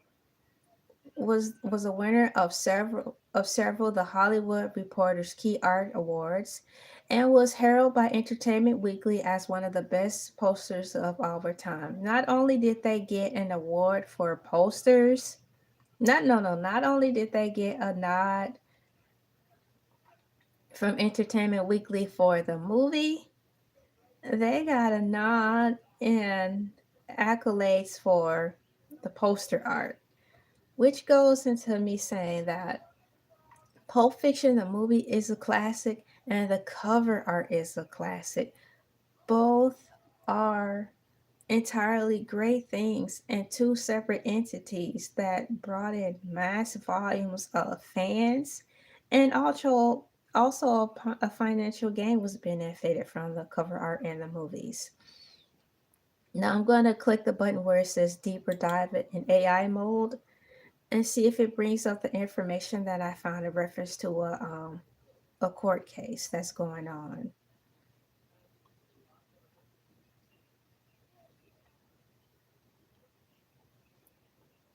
I typed in who designed the cover art for Pulp Fiction motion picture. The iconic poster for Pulp Fiction was designed by James Versoto, who was the creative director of Miramax Films during the time the film was released. About James Versoto. He created the in-house creative services department for Miramax Film. That's really big. As creative director, he developed campaigns for numerous films, including Pulp Fiction, The Crying Game, and The Piano. Versoto has designed over 400 movie posters for various clients, including Sony, Warner Brothers, and Universal. So I wonder if he helped with one of the Jurassic Park films, because Universal solely was the distributor for at least 3 of the Jurassic Park films. No, while James Versoto is credited with the design of the poster, there has been an ownership dispute regarding the iconic photograph of Uma Thurman featured on the poster. Now I had to go off my notes because again, it's not giving me the first details it showed me like 2 days ago when it specifically told me that this is an ongoing court case. So let me type in keywords so I can pull up that information and bring it to you.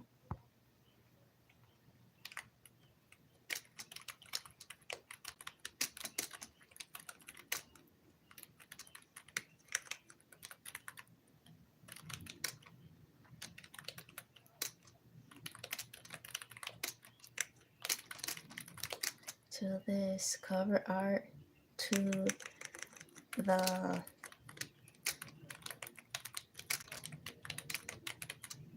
okay, I'm typing it in.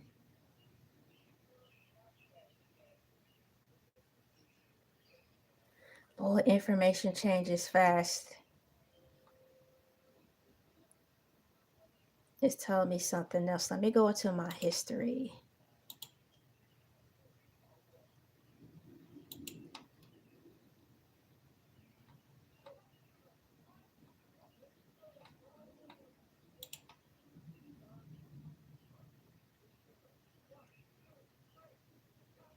Guys, this is creepy how stuff changes so fast.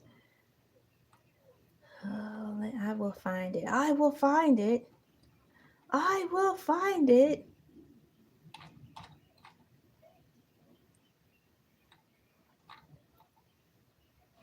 Let me go in here. Okay, let me read down here.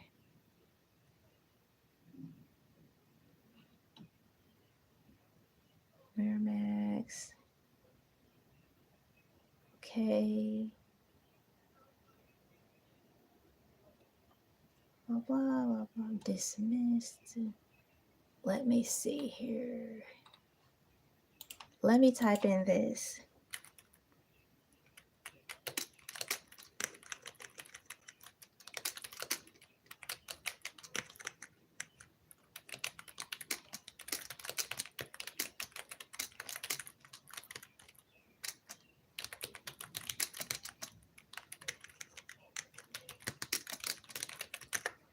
right, what do we have? Give me an answer. Give me an answer. I need an answer. I need an answer. Give me my answer.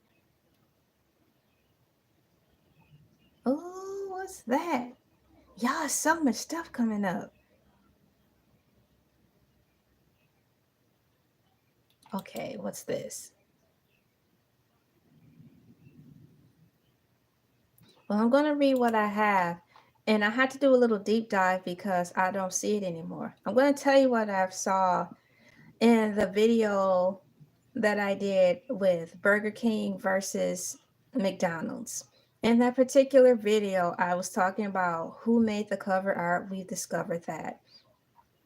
And then it had a deep dive and it mentioned that Miramax is still in an ongoing case with what's the guy's name? I have to get his name correct. James Versoto over rights and ownership of the actual cover art. That's why I'm here today in this moment looking for that said information I saw in the previous video. Shoulda, coulda, woulda. Yes, I wish I had the capability to turn my phone around to screen grab it, but my phone is out of date and it cannot keep up with me picking up the phone and turning it around. So let me see here. What I have right now is what I'll read, and probably with that, my gears will turn and I will find that particular article. I put, are they still in court fighting over the rights of the Pulp Fiction cover art? AI says AI mode is experimental and can make mistakes.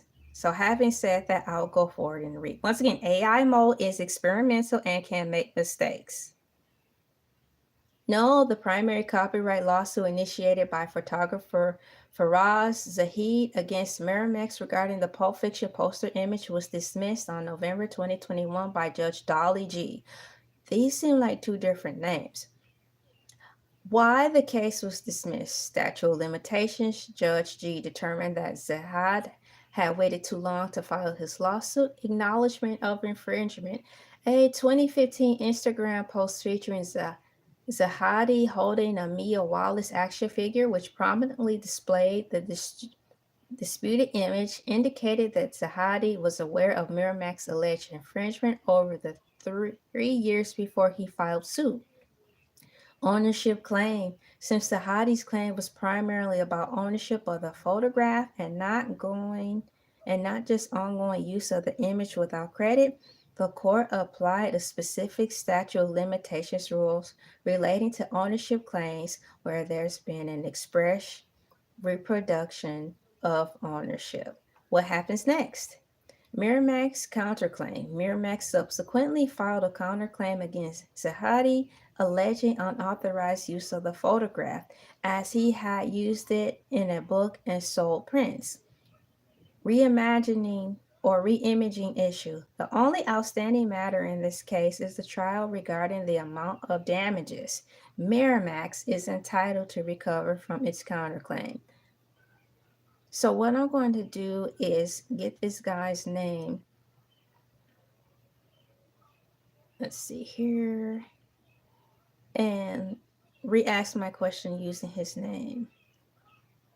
Because it says here the iconic poster for Pulp Fiction was designed by James Versoto, who was the creative director at Miramax. So who the heck is Farazo Zahidi?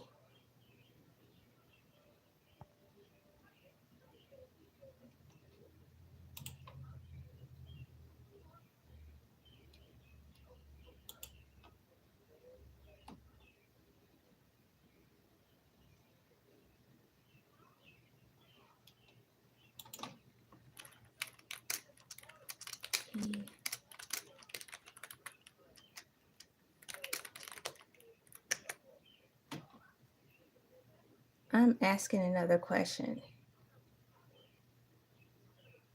Recently, how soon is recently mean?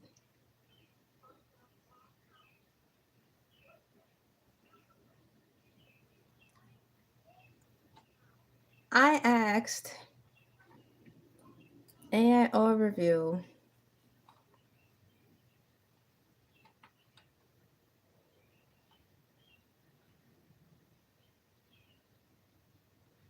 did James Versoto go to court for this whole Pulp Fiction situation?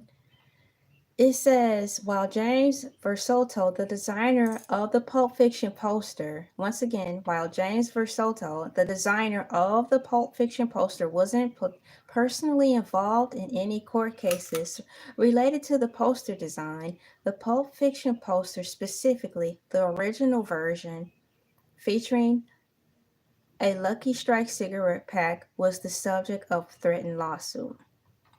Here's a breakdown.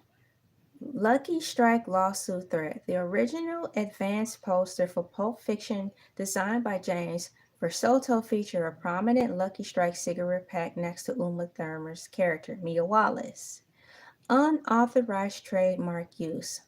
R.J. Reynolds Tobacco Company, the owner of the Lucky Strike trademark, threatened to sue Miramax, the film's director, for unauthorized use of their trademark. Why? Cigarettes are bad. The movie is good. I think it would have been great. They're probably mad now that they made the decision. Recall and redesign. As a result of the legal threat, Miramax recalled the original posters and reissued them with a generic cigarette pack instead. Did you guys know this? In summary, while Versoto wasn't personally sued, his original poster design was the cause of legal dispute involving unauthorized use of the Lucky Strike trademark, prompting Miramax to withdraw and redesign. I'm going to ask, who was the other guy who went to court?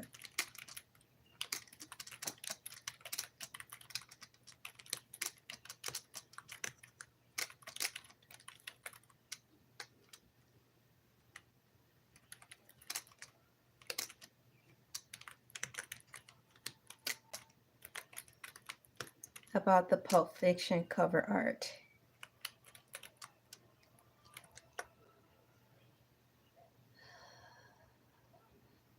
Who was the other guy who went to court about the Pulp Fiction art? AI mode is experimental and can make mistakes. I repeat, AI mode is experimental and can make mistakes.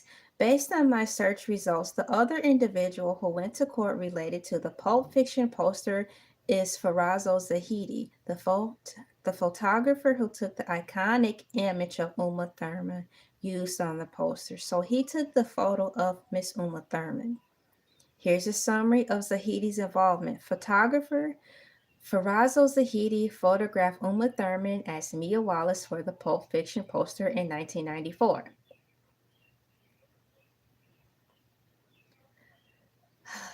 Photographer Farazzo, I read that part, excuse me, copyright claim in 2020.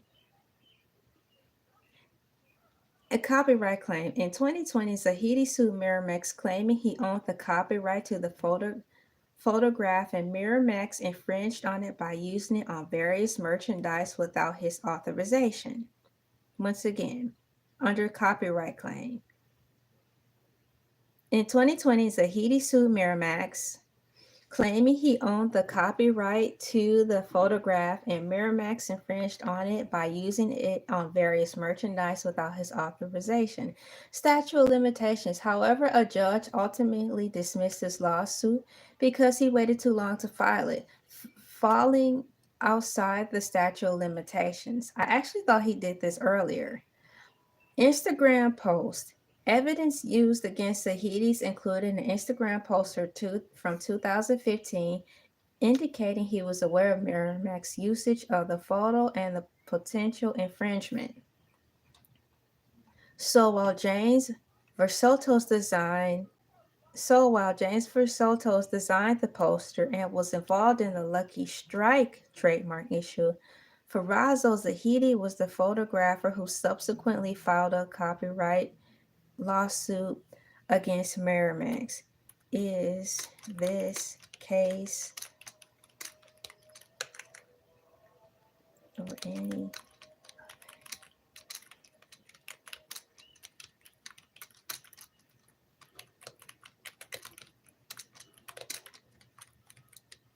OPU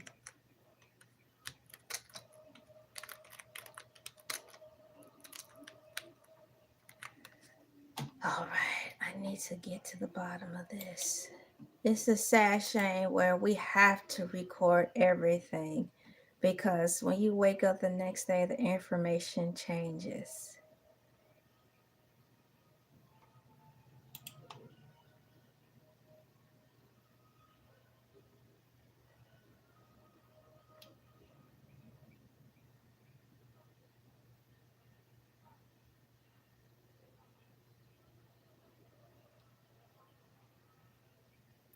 So, is this case or any other case ongoing regarding the Pulp Fiction film? I'm going to go down to the summary part, and it says, in summary, the significant legal dispute regarding Pulp Fiction, namely the poster photo copyrighted and the NFT dispute, have been resolved, and there are no more reports of active ongoing litigation concerning the film as of 2025. I had to go into my history to see if I can pull up.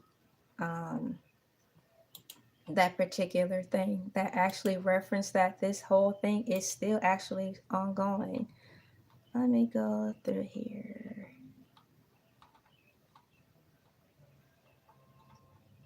Welcome to Elay TV, the Morning Moo, where I just talk about random things that come to mind. And usually I get my ideas derived right out of topics I'm currently talking about. For example, I talked about Burger King food and McDonald's food.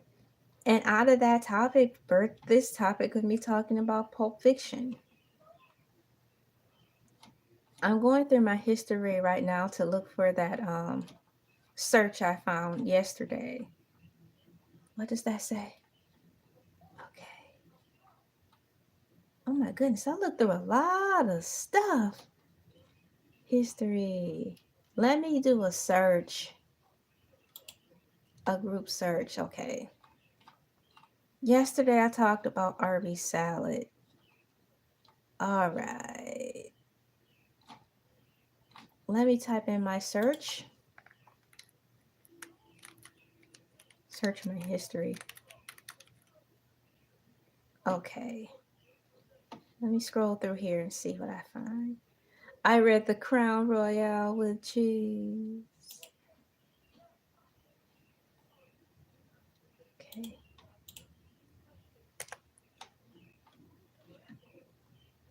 May 27th. So that was May 27th. Okay.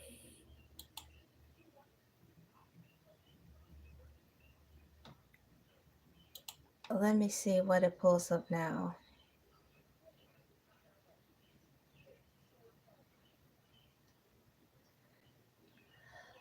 Let me see what I'm getting. The design. So this is pretty much what I read. I wish it had more. What I'm going to have to do is at least show my screen. Hold on.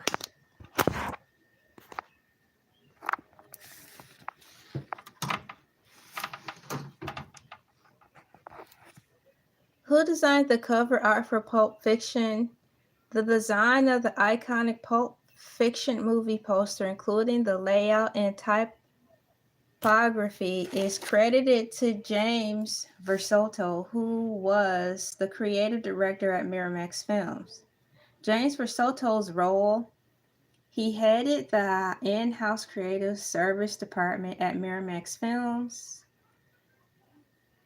He and his team developed the campaign for Pulp Fiction, among other films. The Pulp Fiction campaign, including the poster, won a Key Art Award for Best Drama Poster. Note, while Versoto is credited for the overall poster design, the photograph of Uma Thurman as Mia Wallace used in the poster has been subject to a copyright dispute with the photographer Ferozo Zahidi. Let me see. Oops.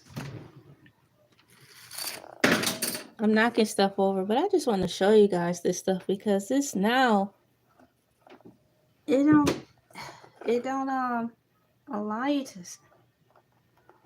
The searches don't save anymore. When you find something, and when it's gone the next day, and that's scary.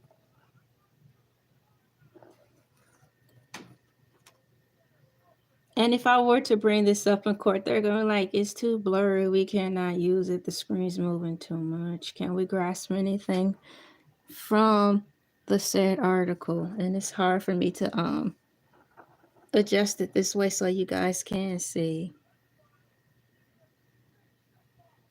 That's really sad. I have to put the phone back on here.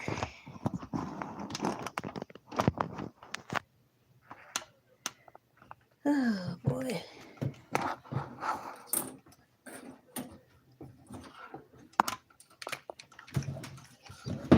Faulty equipment, faulty equipment. I'll do my best.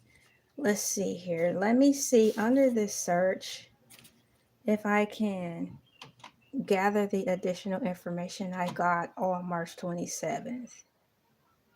So note, while Vasoto is credited for the overall poster design, the photograph of Uma Thurman as Mia Wallace used in the poster has been subject to copyright dispute. Let me see here.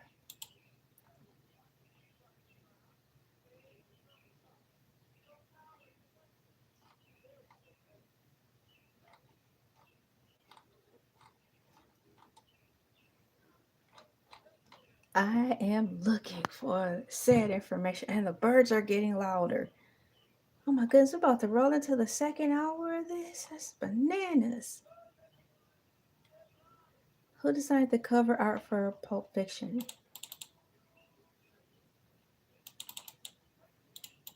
I'm getting ready to try something. Let me open up another search engine.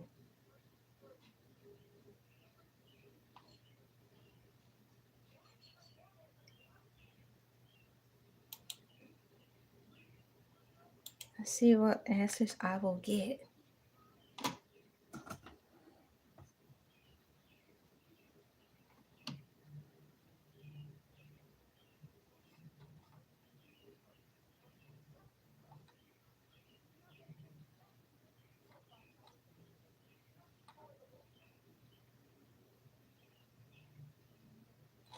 No, that's not what I need.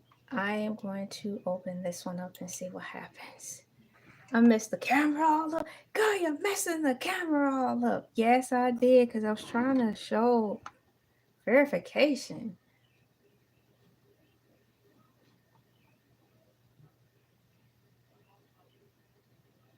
So I will ask this. Is that true? Is it true? That's what I will put in the text after I type this in here. Because that'll help too. Maybe I might have to do some deeper research off camera and come back and make this a part 2 or something. I'm waiting for my application to load up. It's taking all day.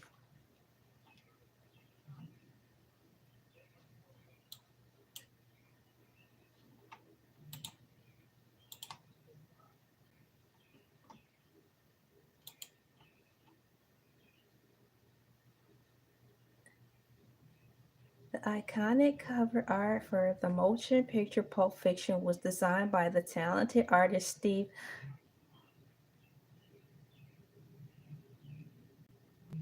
I typed in who designed the cover art for Pulp Fiction motion picture, and Copilot AI says the iconic cover art for the motion picture Pulp Fiction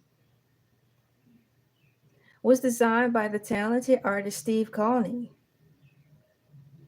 His work featured Uma Thurman as Mia Wallace, lying on the bed with a cigarette in hand, surrounded by pulp magazine style elements.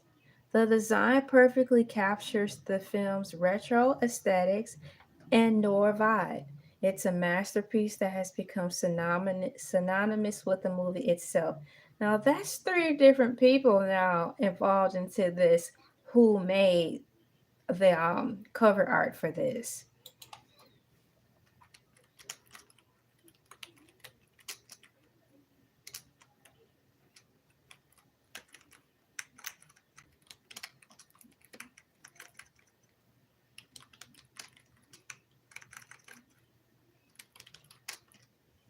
In a world where everybody play fair, I would heavily rely on what I read in the newspapers, but you have to study and show yourself approved not only in the Bible, but in everything.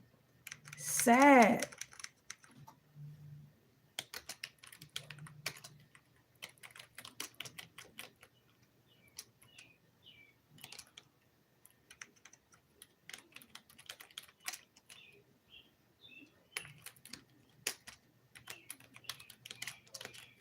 I'm asking it another question to see which if I'll yield different results. I asked, is there an ongoing court case concerning Pulp Fiction movie? No, there isn't an ongoing court case concerning Pulp Fiction. However, there was a legal dispute between Quentin Tarantino and Miramax over plans to release NFTs based on the movie. The case resolved around copyright and contract issues, with Miramax claiming that Tarantino's NFT plans infringed on their rights. The lawsuit was settled in 2022 of September.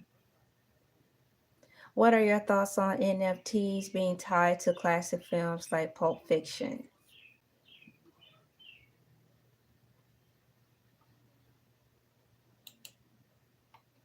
So, what I'm going to do is type a question into my chat box just to keep the record going and to stir the pot of thought on this topic.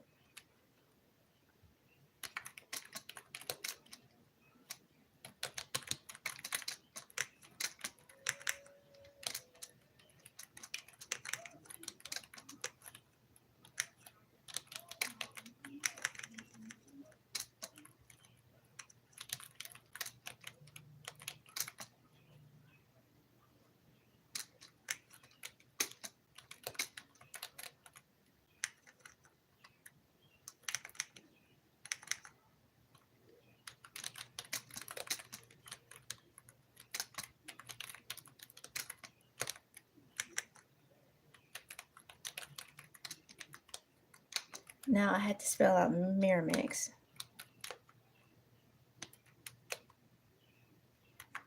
There, if I ask this question, maybe it will stir the pot. I'm going to have to write this question down in my notes so I can do some more investigation. Now, yesterday I started writing the paper. I started lightly structuring the paper based on the topic I was yapping about yesterday, which was what did I talk about yesterday? Hold on, let me get this in here. Salads, the RV salads. I started framing up a whole paper, a whole documentation about the RV salad. I had to stop and ask you guys to give me a few moments so I can type the framework for it. And here I am setting up more framework because I'm not getting to the answers of this whole lawsuit thing.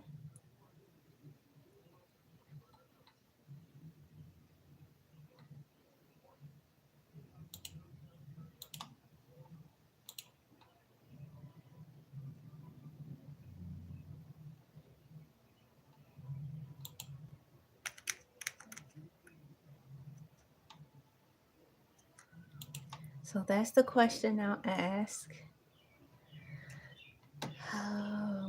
I'm going to pin this question to the top to see. I'm going to pin this to the top. All right. Wow, those birds are really going in. Welcome to the Elay TV show. This segment is called the Morning Moo, and it is morning. The time is 6:55 a.m. 5 minutes to 7 a.m. It is Saturday, March 29th, 2025. We are in the second hour of the Morning Moo show. Thank you for the second wave of people who are now entering. Like, share, comment, and subscribe. Thank you for pushing the thumbs up button. Really appreciate it. Everything counts. I am currently under the subject matter of searching to see whether or not the artwork in reference to Pulp Fiction is still in a ongoing lawsuit because 2 days ago I read through AI Overview that there is an ongoing case in reference to the battle for this artwork. And now that I'm here 2 days later looking for that same exact information, that said information is not coming up. It said that the court case was dismissed as of the year 2022. What was creepy is the fact that the information that I read specifically said that the case is ongoing and who they were battling. Unfortunately, at the time, I didn't think to um, physically take my phone off of the monitor and turn my screen around to show you. So I don't have that to show you, but I'm here today to look for that information, and that's where we are. And just to celebrate Pulp Fiction because this whole thing about Pulp Fiction's got so many facets about it, to the multiple storylines within the movie, to now what we're talking about, the cover art alone, how it is history, and it's history in the making because people still look for the merch. I see it every once in a while on t-shirts and stuff. It's great. It's great cover art. So much to the point that people were fighting over it about it in court. The artwork alone is a separate entity that was birthed out of Pulp Fiction, and Pulp Fiction is also another entity that I could just spend time talking about separately. But today I'm talking about them celebratory in a celebratory way and together. We have entered the second hour of talking about Pulp Fiction, which is a great movie.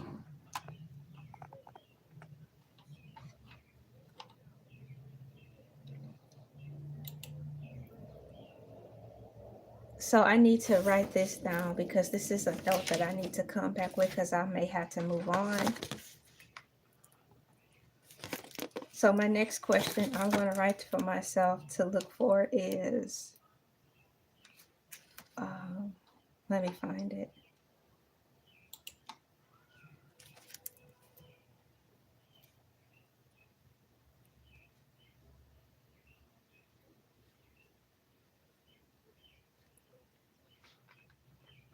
You guys, once again, it is 6:58 a.m. and the sun isn't up yet.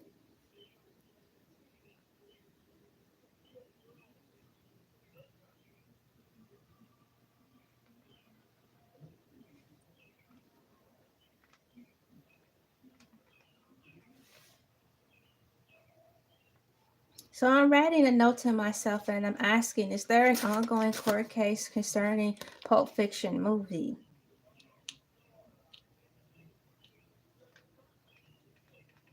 Because the reason I'm asking this is because 2 days ago, AI Overview said yes, that is ongoing. And now it is 2 days later, and now the answer has changed its tune.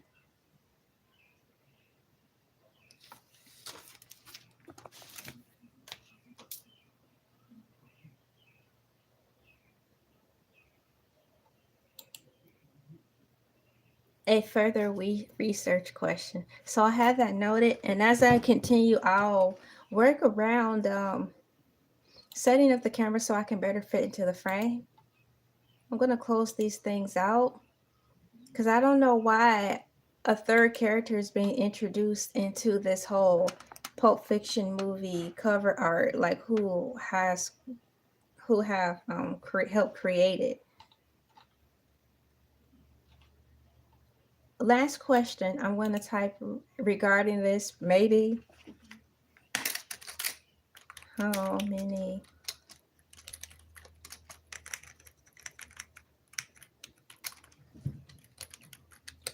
many people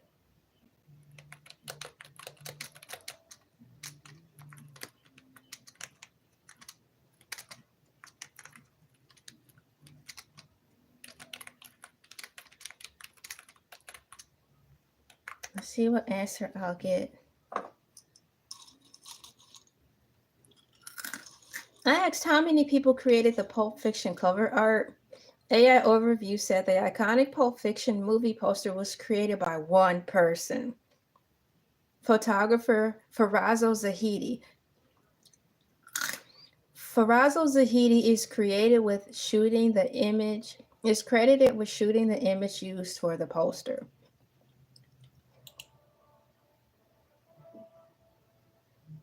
The contrasting red and yellow immediately draws the viewers to the poster. See the usage of colors.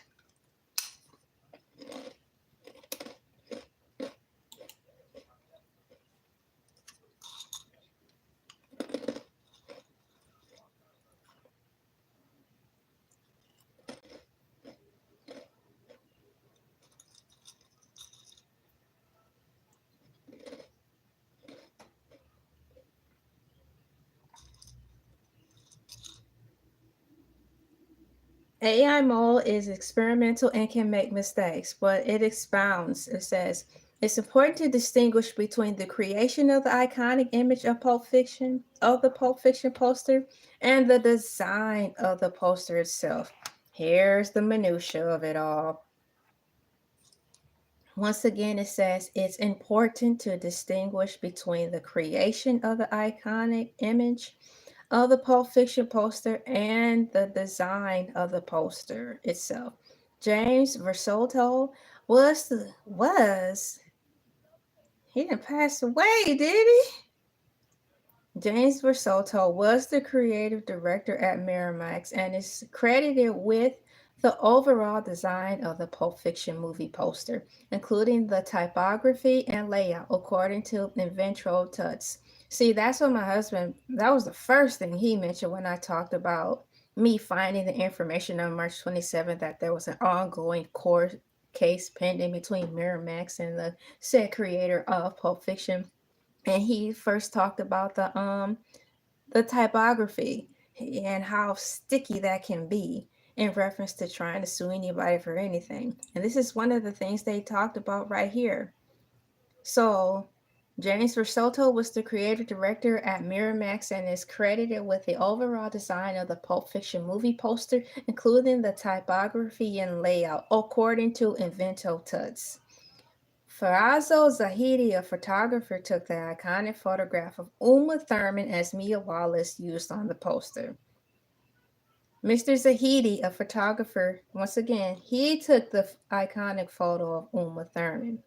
Therefore, while James Versolto designed the Pulp Fiction poster, Zahidi took the photograph that is the central part of it, which is Uma Thurman. Uma Thurman makes the poster, and the stuff around it accompanies and also ties in with Uma. They're both complementary.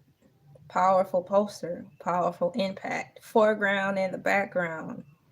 Note, there was a legal dispute regarding the copyright of the photograph between Faraza, how come I cannot say it now? Faraz Zahidi and Miramax, according to the Hollywood Reporter. I'm going to ask AI Overview a question.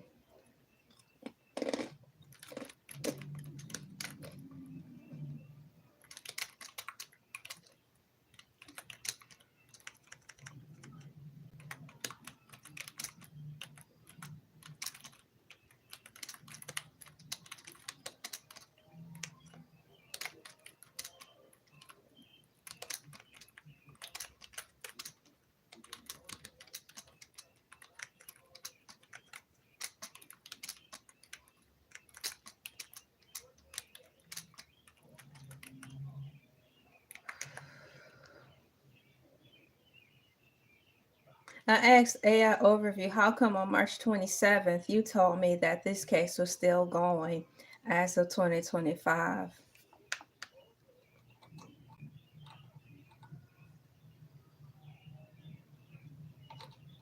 It didn't say anything. It just gave me tons of articles, and at the bottom it said, it's not possible to ask a follow-up. Your next question will start a new research. The Chi-Chi, the Kiki, the internet bull.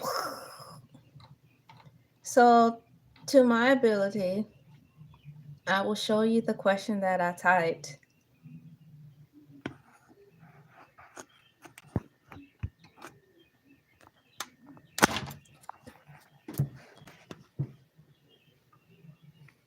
Let me see.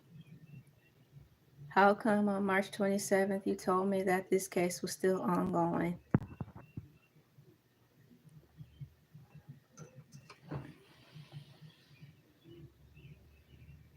Let me pull it back.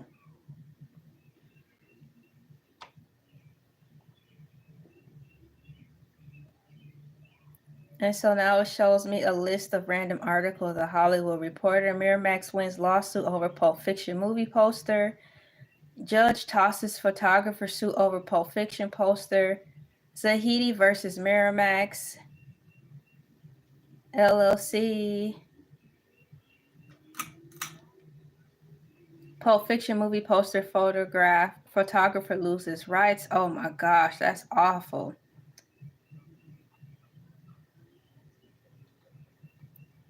Dispute over Pulp Fiction image, marketing movies.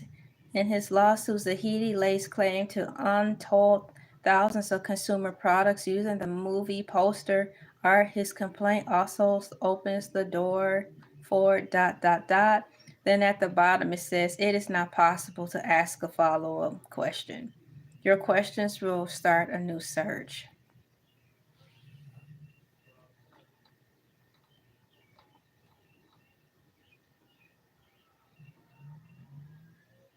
Once again, AI mode is experimental and can make mistakes. Yes. Okay. So that's the new way of saying allegedly.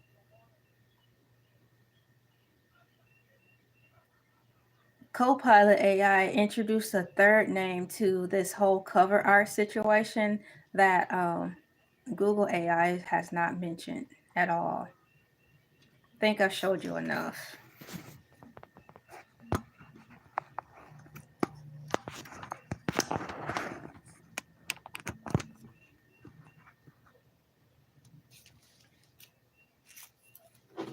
It's kind of creepy. I need a sip of water after that. I found myself doing the same thing. Last time I re-announced everything and said welcome to the show for the first hour. And by the time I looked at the clock again, I'm like, where did the 15 minutes go to?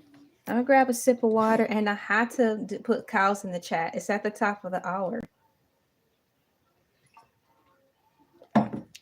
Ladies and gentlemen, boys and girls, children, animals, plants, and all living creations who are now stuffed into this planet called Earth. Welcome to Elay TV Productions LLC. This is the morning segment called the Morning Moo, and it is time for us to put some cows in the chat. Cows in the chat, cows in the chat, moo. Cows in the chat, cows in the chat. Cows in the chat, cows in the chat, moo. Cows in the chat, cows in the chat. Remember, like they say on YouTube nowadays and social media, keep that same energy as I keep the same energy from the first hour rolling to the second hour. I am keeping the same energy by welcoming all the people who are in the second hour of LA TV Morning Moo. Welcome everyone, and thank you so much for those of you who do listen to me in the background while you are either getting your daily workout in at the gym or your morning jog at the park, or while you're simply commuting from home to work. I appreciate that. It means a lot because you could be listening to Tom Joyner in the morning show, The Breakfast Club. Heck, you could be listening to Joe Budden, but you right here listening to Little Old Bird. Cows in the chat, cows in the chat. Moo. Cows in the chat, cows in the chat. As I take a moment to comb through my hair real quick, don't want it to look too scraggly. Like, share, comment, and subscribe. The likes really help. You can bring a horse or a cow to the water, but you can't make them drink. So all I can do is ask. And the rest is okay.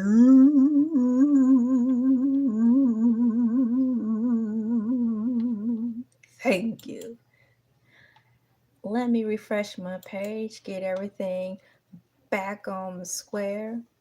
We are currently talking about Pulp Fiction, and I am going in trying to find an answer that AI overview told me yesterday. Come to the conclusion that basically AI overview is like, look, woman, I ain't perfect. I make mistakes. I got the disclaimer, and don't ask me any more further questions about this. Why? We get in trouble. You don't want to get in trouble? Well, now you know how we feel. It's not fair. You shouldn't get punished for asking questions. Well, that's how AI is tripping out. Because I asked AI, how come on March 27th you told me that this case was still ongoing as of 2025? It didn't give me a smart aleck answer compiled from multiple articles and theories. This time it gave me a long list of articles from various articles proving that the case was dismissed and or closed, and then closes out by saying in small print, it is not possible to ask a follow-up. Your next question will start a new search. That's all I ask is why. Cow in the chat, cows in the chat, cows in the chat, cows in the chat. I have cereal as long as I've been on here. I have not eaten all of it, which is a Christmas miracle. I am munching on Applejack cereal right here as I slowly take my time and stay on course in reference to the celebration of a cult classic. Let me look through my notes and make sure I've covered everything from what I wrote. On the 27th, Pulp Fiction cover art. Who designed the cover art? All right, so I did that.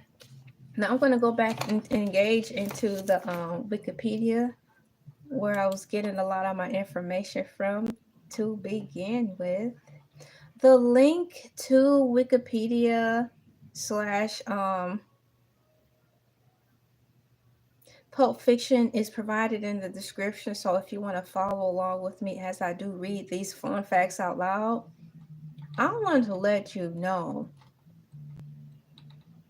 that there's some key players in this film for those of you who are just coming in, and also for who we have, Gen Zers, Gen Alphas. If you haven't seen the glorious movie Pulp Fiction.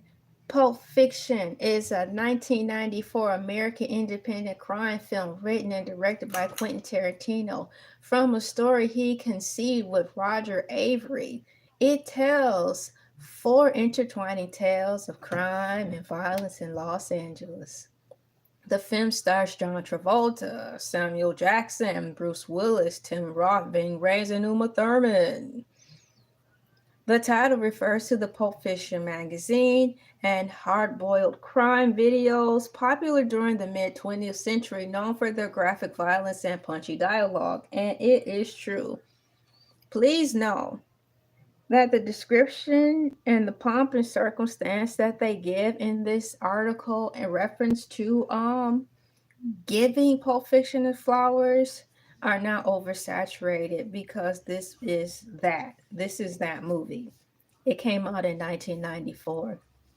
And if you are going to school for writing, screenwriting, or if you cannot afford it, I recommend you study Pulp Fiction, because it's got so many mechanisms in there that you can learn from on how to build characters, camaraderie around the characters, maximizing the space during the pauses when they just let the dialogue be the art.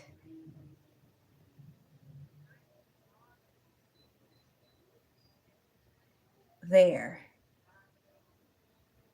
It's like that. It's like that. It is like that. I'm going to scroll on down and pick up where I left off at. Once again, shouts out Quentin Tarantino and all the big dogs who participated and had any type of positive helping hand in getting this movie off the ground. We closed out reading this last paragraph in the summary. I'll pick up where I left off. And for the new people who are here at the second hour of Morning Moo, it says the Bonnie situation. At the diner, from the film prologue, Jules tells Vincent that he plans to retire from his life of crime. Convinced that their survival at the apartment was divine intervention, while Vincent is in the bathroom, Pumpkin and Honey Bunny hold up the restaurant and demand Marcella's briefcase. Pumpkin initially holds Jules at pow point, but Jules soon overpowers Pumpkin and holds him at pow point. Honey Bunny becomes hysterical and points her pow at Jules. Vincent returns with his pow and aimed at her, but Jules diffuses the situation. He recites the biblical passage expressed here's that word, ambulance, or ambulance if you cannot pronounce it the other way, about his life of crime, and allows the robbers to take his cash and leave. Jules and Vincent leave the diner with a briefcase. Spoiler alert if you haven't seen it. I promise you, I haven't told you anything. The TV is getting loud in the room. I have to go turn it down. So you're going to see a blue screen really quickly. I need to let you guys know. Be right back. I have to turn the TV down. Just one moment, please. BLUE.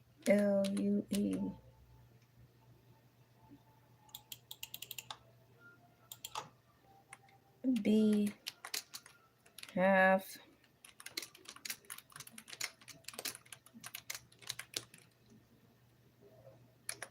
all right, be right back. Have to turn the TV down.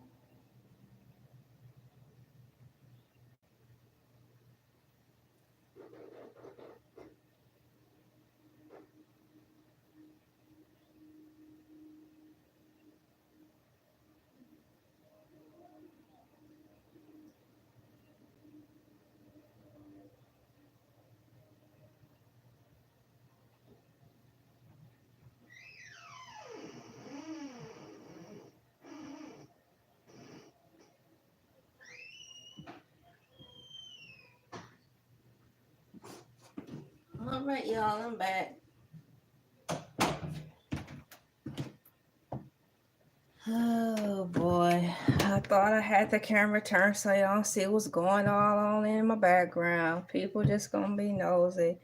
How is that even in my shot like that? Whatever. I'm back. I turned the TV down and I actually changed it to Mona the Vampire. Mona the Vampire!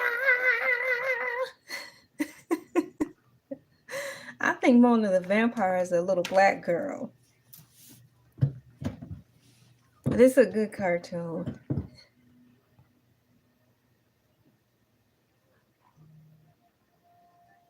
Quite obvious I didn't roll my hair up yesterday. I did not want to. I am back.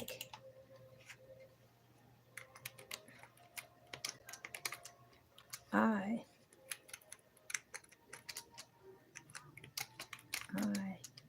am back. No, I am Batman. Dun dun dun dun dun dun dun dun dun. Batman,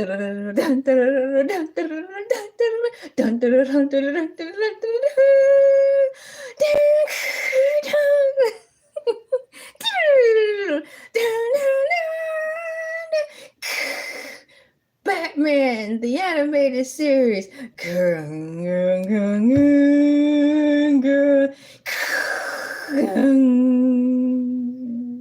Yes, I have the complete Batman the Animated Series in my DVD collection.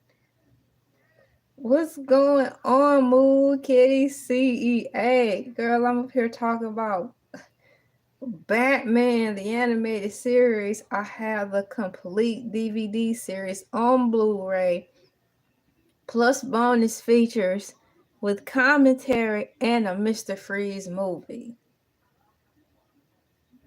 I got it a couple years ago as a reward for myself for just being black and going through life. I got it from Amazon, and they actually have fair price points. So if you can get it through Amazon, and they also have used ones too. And I get a lot of stuff from Amazon used, and I haven't had any issues. So you can go that route too. Like my earbuds, these here, they work really well. I think I got these, they were marked used, but when I read the description, it simply was they didn't get it was the wrong color. So I got them for half price. So it's stuff like that on Amazon where I try to reward myself with the finer things in life, but at bargain basement prices. I try not to pay full price for stuff. But yeah. So how you doing? Thank you for coming in. And once again, I'll just type it in here. You can buy Batman the Animated Blu-ray series, Batman Animated Series Blu-ray edition. Wait, BLU, dang it, BLT. No, Blu-ray.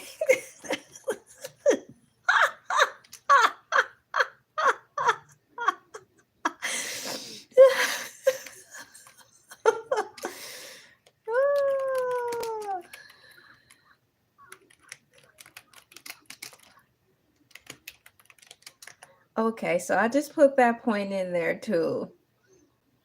Oh my gosh, I put that point in there so you'll know. We are talking about Pulp Fiction. We are in the second hour of the Morning Moo, and I'm just slow walking this thing, enjoying the pomp and circumstance of all the, excuse me, the things that the cult classic has to offer. I'm drinking water. Y'all probably like, yeah, right. Well, believe what you want. So I finished reading by way of wikipedia.com the last paragraph in the summary section. We are finished with the summary portion, and now they are even breaking it down with the cast. As I glance over my notes, I don't think I forgot anything. I will pull up right now from, I think it's called Genius, where you can get the lyrics to songs and such like that. I'm going to pull up the Crown Royale. Well, the Royale with cheese lyrics or dialogue. I have to say it in this video because I'm actually talking about Pulp Fiction. Let me pull this up.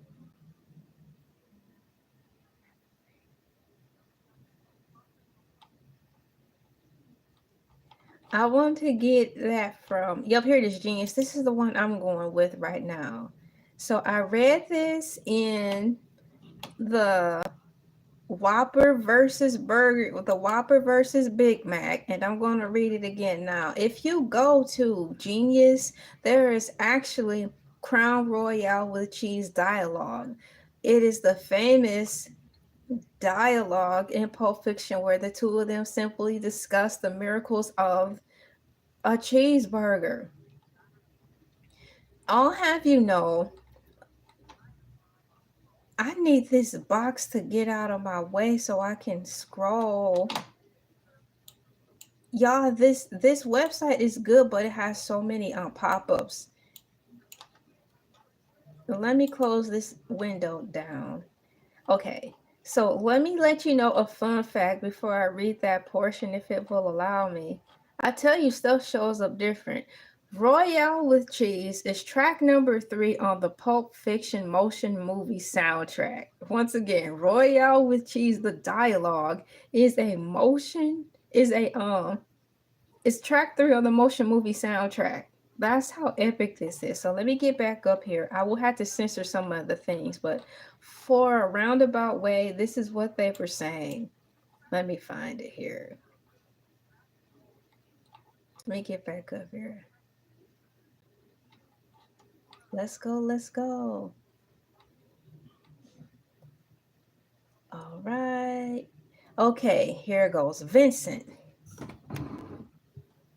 All right, you can walk into a movie theater in Amsterdam and buy a beer. And I don't mean just like no paper cup. I'm talking about a glass of beer.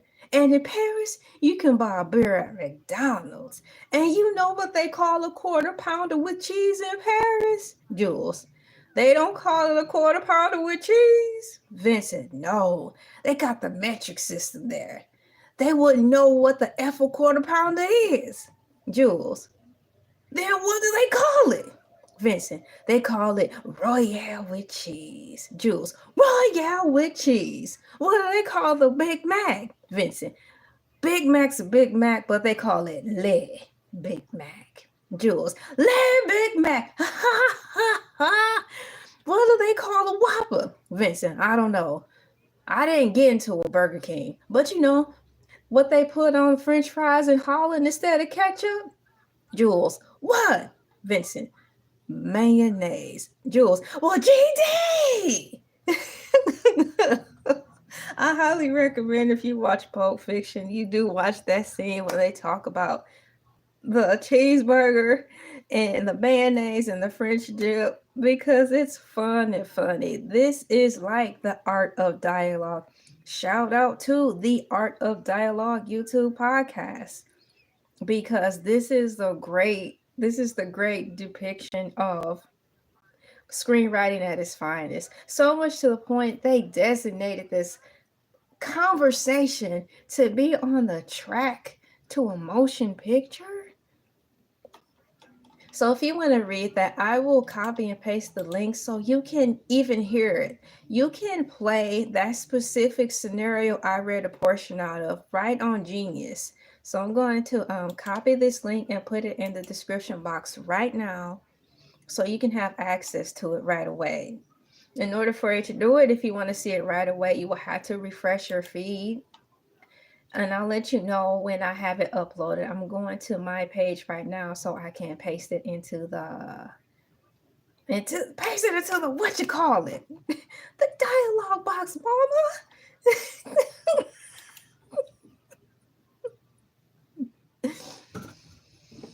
Here is the script.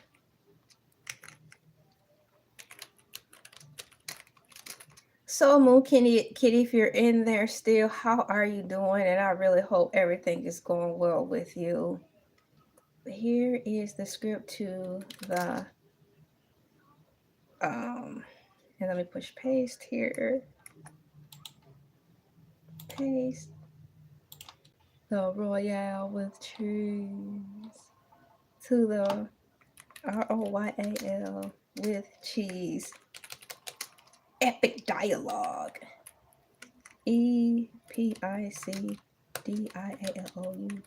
That's how you spell dialogue? Dog. That's not how you spell dialogue. It's not DIALOUGE.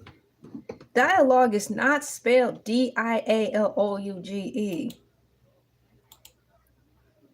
Dialogue is spelled DILOUGE. Dilouge said Dilouge. Do you know what that mean? If you ain't home, sit down. If you ain't home, sit down. If you ain't home, sit down. If you ain't home, sit down. So I just saved it. So if you are itching to go see that dialogue and or hear it for yourself, just refresh your page and that information will come right up for you. In the citation part of it all, it's the citations for me. Citations, frown face. No, you gotta give credit where credit is due. Let's see. I need to put my little notebook paper there. Citations. CITA heck TIONS. Time for the fun part. I'm about to read about the cast in here. Wikipedia did a very, very, very good job filling us all in on who all played in this movie and giving us a good background on what this movie is about. Once again, for the Gen Zers and the Gen Alphas, I recommend that you watch Pulp Fiction. It is a cult classic. And if you have FOMO, fear of missing out, well, you're missing out because this is a good movie. I'm going back to Wikipedia right now and I'm going down to the cast part. They're leading with John Travolta, and so let's see what it says. John Travolta as Vincent Vega. That sounds like a rap line. John Travolta as Vincent Vega. Jules' partner in crime, working for Marcellus Wallace. Tarantino cast Travolta in Pulp Fiction because Michael Mason, who played Vic Vega in Reservoir Dogs in 1992, chose to appear in Kevin Costner's Wyatt Earp instead. Wow. See, it be things like that, how little opportunities come. Unfortunately, I must mention, it was a great blunder. You remember when Will Smith said that he was asked first, allegedly, to play Neo in Matrix, but he passed for Wild Wild West? Between you and me, I'm glad he did, because I would have gotten tired of seeing his one-dimensional face as Neo. And that's not shade, it's an honest intake of assessing the strength of a character. He only has one face. He don't make faces like he don't morph into character well. The only character, and I still saw that it was him when he did Ali. I still like, that's Will Smith. Even when you see Samuel L. Jackson, you know it's Samuel L. Jackson, but when he gives his character, he gives the character. So I'm glad Will passed up on that. Nonetheless, once again, I am talking about this. Mason has since expressed regret over his decision. Whoa. You walk, look, messenger me. If you need some words of encouragement, aren't we all walking through the journey? I hope you have a fanny pack filled with snacks. If you don't, I suggest you get you a nice fanny pack so you can have some snacks and a blade and some mace as you walk through this journey through life. Outside of that, if you believe in prayer, take that too and you'll be good. John Travolta as Vincent Vega. Jules' partner in crime, working for Marcellus Wallace, Tarantino cast Travolta in Pulp Fiction because Michael Mason, who played Vic Vega in Reservoir Dogs in 1992, chose to appear in Kevin Costner's film Wyatt Earp. Instead, Mason has since expressed regret over his decision. Harvey Weinstein pushed for Daniel Day-Lewis in the part. Travolta accepted a reduced rate. I did hear about that. I think Entertainment Tonight said that. So it should say either $100,000 in US dollars or $140,000 in US dollars. The film's success and his Academy Award nomination for Best Actor revitalized his career. We went over that I didn't even know John Travolta in 1994 needed a career revitalization. But according to the sources, he did. I'm like, you're effing John Travolta. How could you need a career revitalization? But he did. And I'm like, who is his agent? So nonetheless, Pulp Fiction revived John Travolta's career, and the rest is actual history.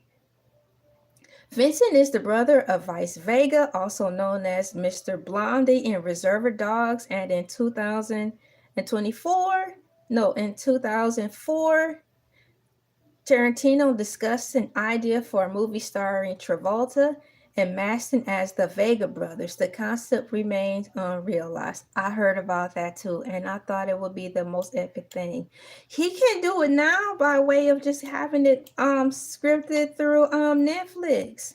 I mean, you're Quentin Tarantino. You can make your own rules, man. You can circumvent the ironclad laws and legalities of Netflix ownership dominance. You're Quentin Tarantino. You can just walk up in there. I don't care what the F you guys are, Netflix. Netflix, I step on nets like you. I was born before there was a thought of Netflix. You see, I'm effing Quentin the F Tino. And you're gonna put my movie on here, and I'm gonna get all of the rights to it. You hear me? Yes, Mr. Tarantino. Anything you want. Yes, I'm sorry. Yes. That's what be happening behind the scenes with in my world. But folks want to put on a clean face still, like none of that be happening. So I hope Tarantino makes this an actual reality. The next person on the list they're going to talk about is the legendary Samuel L. Jackson. Samuel Jackson as Jules Winfield, okay? I had to fix my camera back because, yeah, that's where he needed to be revived for his career. I talked about that, and probably maybe at the hour and a half marker, he did.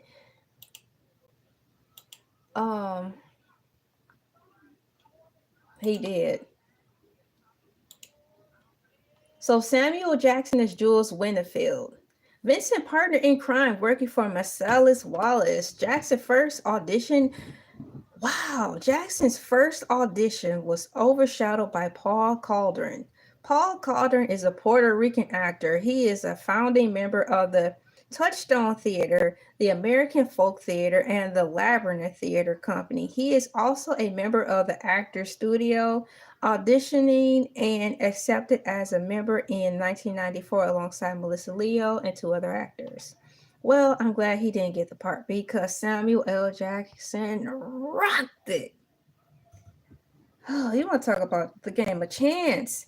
You see that a lot through these close calls when people accept or reject roles, man. So let me get my monitor up here. I'm trying to readjust my screen so I can be a bit more comfortable. I kind of forgot how I had everything set up. I forgot to take down my place, but nonetheless, let's roll. Vincent partner in crime. Samuel L. Jackson was Jules Winfield. Vincent's partner in crime working for Marcellus Wallace. Jackson's first audition was overshadowed by Paul Caldron. Jackson had assumed the audition was merely a reading. What? Weston convinced him to audition the second time, and his performance of the final diner scene won over Tarantino. Yes, Jules was originally scripted with a giant afro, I heard, but Tarantino's PA mistakenly bought a Jerry curl wig. Oh, this is wonderful and epic. I had to tell you this one more time. Jules, which is Samuel L. Jackson. Wow. Jules, which is Samuel L. Jackson, was originally scripted with a giant afro, but Tarantino, PA, personal assistant, mistakenly bought a Jerry curled wig. Tarantino was enraged, but Jackson's persuaded him to keep it since the hairstyle had gained popularity through the rap group NWA. Yes!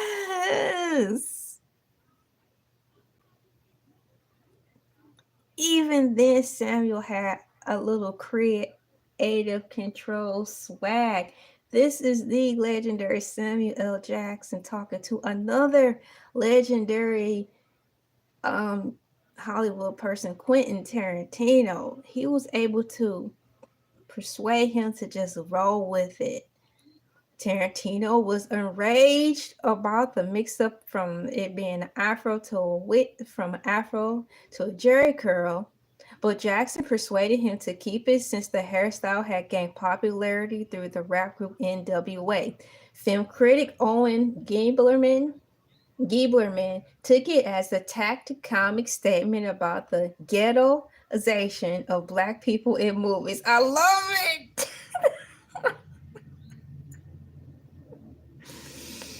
Y'all, it's like I need to read this in book form. I need to read this whole breakdown from Wikipedia in book form. Did he just say, I need to put on my glasses? I know he didn't just make a word. He just said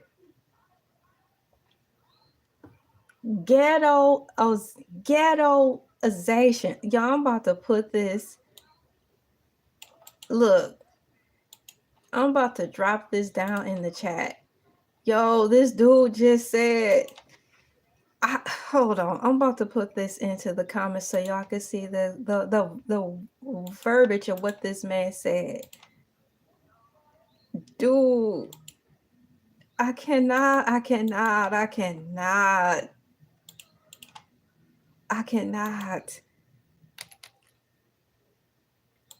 This dude just said,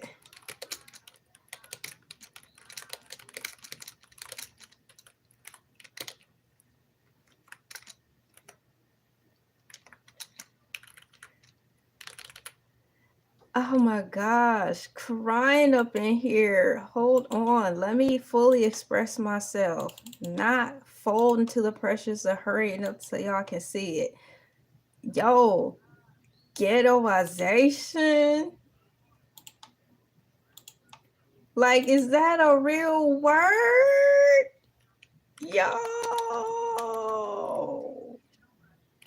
Is that like a real word, man? Oh my gosh. Is that like a real word?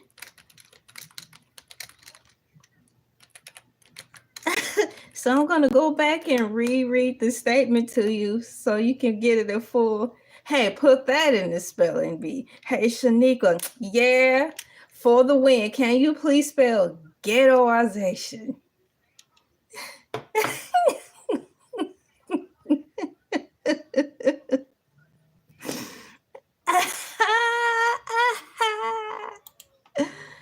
So I'm going to reread that so we can have it in full context. So this is in reference to Quentin Tarantino's personal assistant accidentally giving Samuel Jackson a jerry curl wig instead of the afro wig. Quentin Tarantino originally wanted Samuel L. Jackson in Pulp Fiction to have an afro, but once again, the public assistant got a jerry curl wig. Tarantino was enraged over the mistake. However, Samuel L. Jackson used his superpowers, his Marvel superpowers, and persuaded and convinced Tarantino that this will work in light of the NWA movement with the rappers, you know, that infamous Police song. So I'll continue from there. Film critic Owen Glader, film critic owner Glaberman took it as a comic statement about the ghettoization of Black people in movies. Jackson received an Oscar nomination for Best Supporting Actor. See, that was my question. I wondered earlier, in the realm of supporting actors, that all of them individually get a Best Supporting Actor award because they all collectively supported one another and did such Awesome job. Like, share, comment, and subscribe. Thank you for new people coming into the chat. Thank you for coming in. So, yes, Jackson received an Oscar nomination for Best Supporting Actor. Cauldron appears in the film as Paul the bartender at Marcellus's social club, as well as Marcellus's assistant. Tarantino wrote the role for Lawrence Fishburne, who turned it down.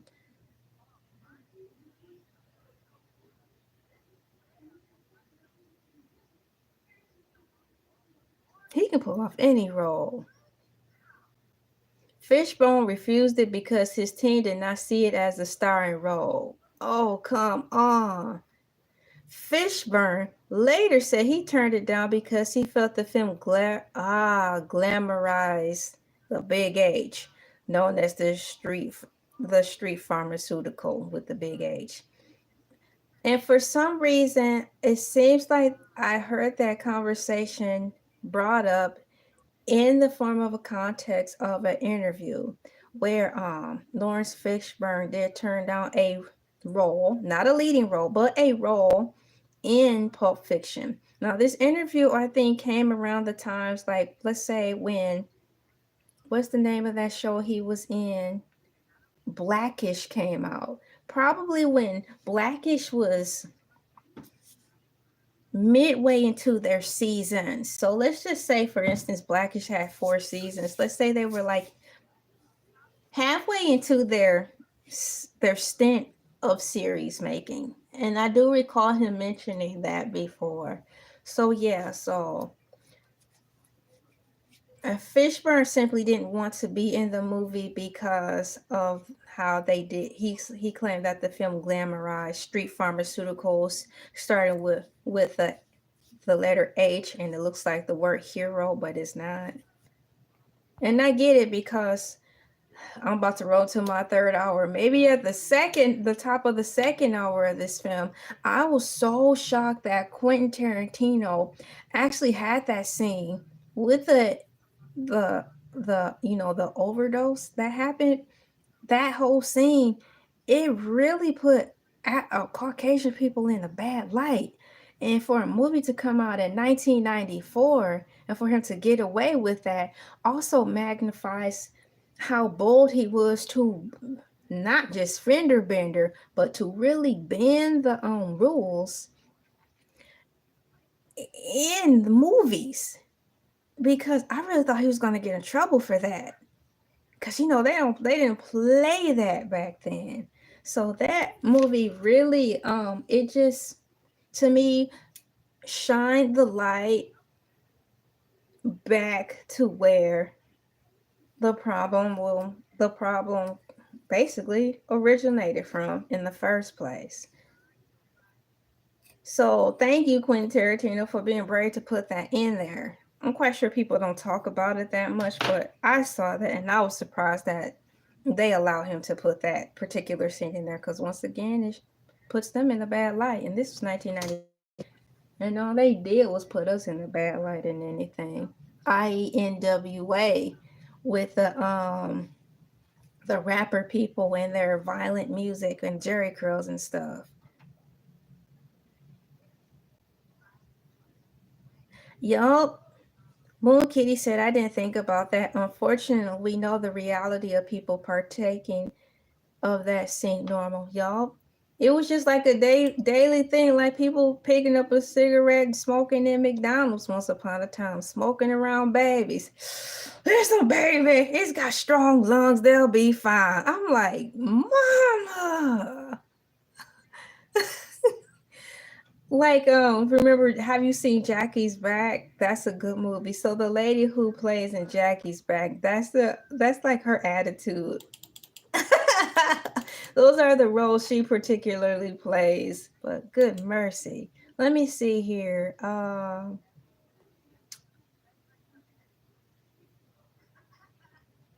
Okay, I did my settings correctly, y'all. I just don't want to push the wrong button. So that's that on that.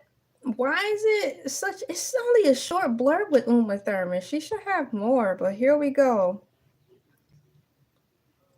So I'm with once again, before I close, I want to close it out with a strong ending with that paragraph in reference to Lawrence Fishburne refusing the role because of that. It's true because it really did.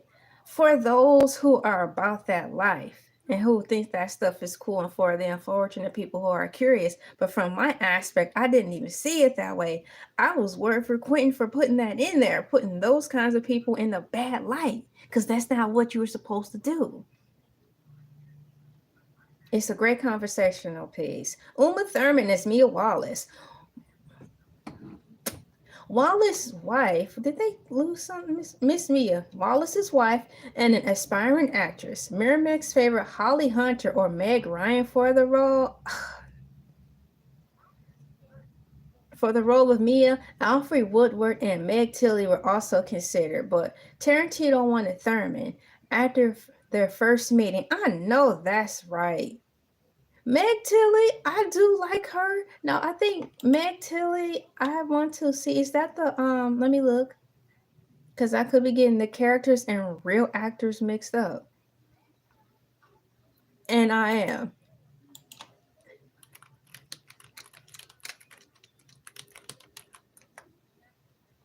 See, Meg Tilly, not to be confused with Jennifer Tilly. Jennifer Tilly is who I follow on Twitter.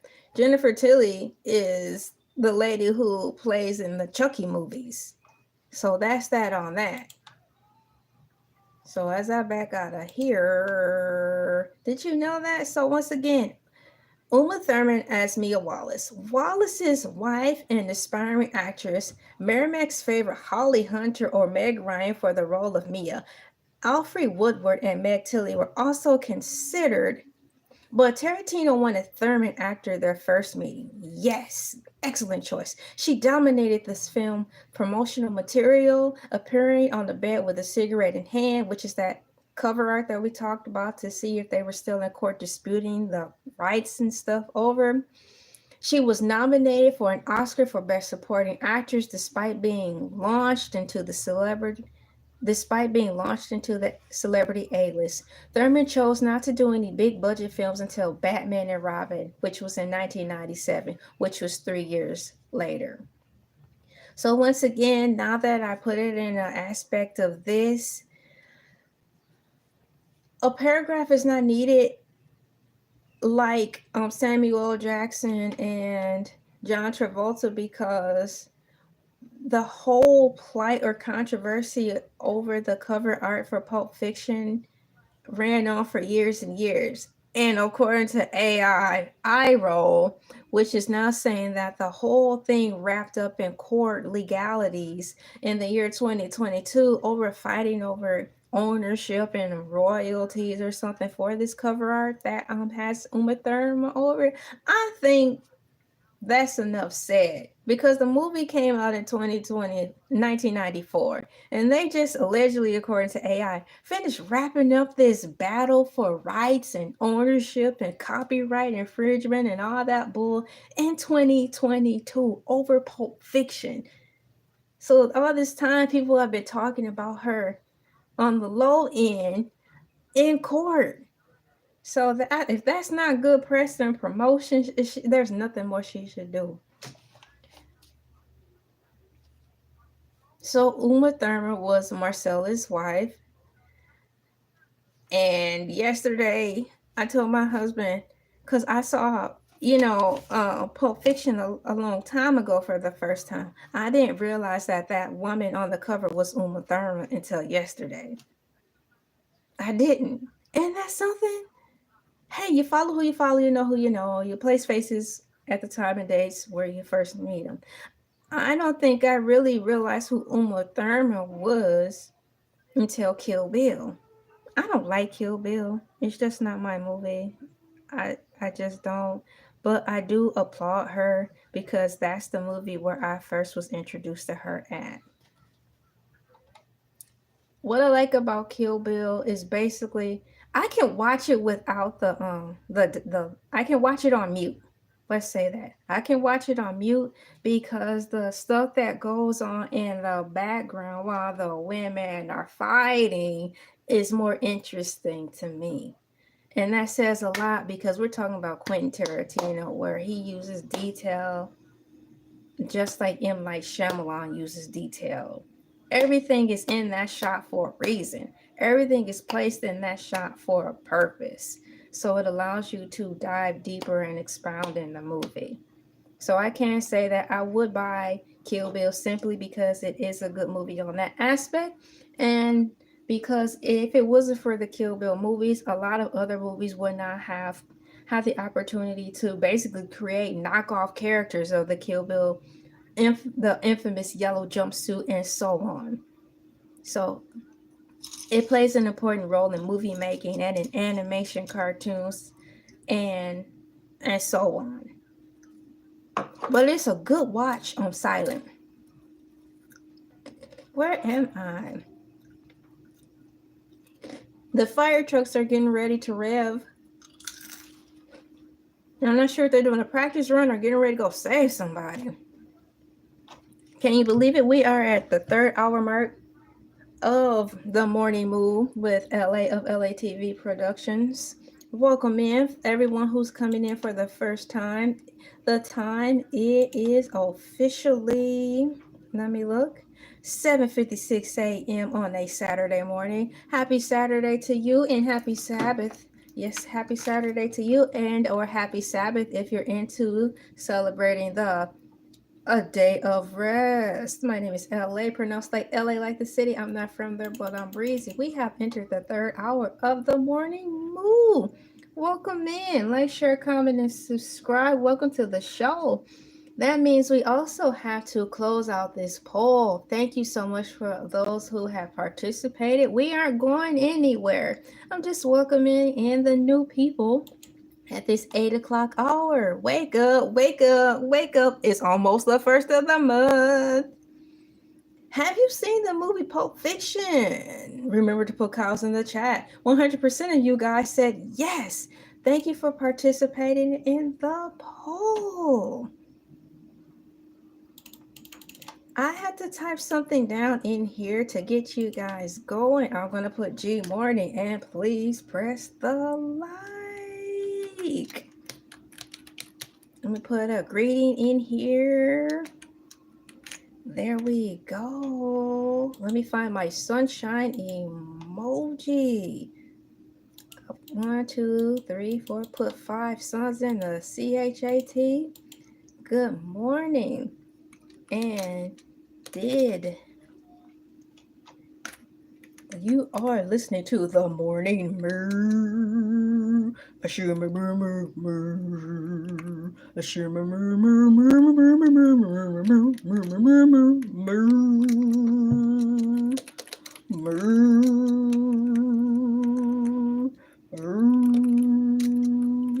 Thank ya. Thank ya. Hey.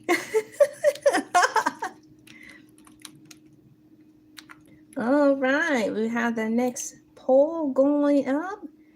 I have my water with me and I have what's left of my cereal with me. I have a few bits of Applejack cereal. I finally cleared out my box of cereal because you know what we do in the morning shows, Morning Moo, Atlanta Journal-Constitution. We have our blankets with us or our onesies with us, our hot chocolate, our coffee, our tea. Oh my. Or other beverages. At the 1st hour of the show, we had a guest come in. Well, you know, we had a viewer come in and he said he was actually in the midst of drinking a Red Bull. To each his own. Red Bull might not be for you, but it's definitely for him. Shouts out to Kevin Samuels. Rest in peace, my dog.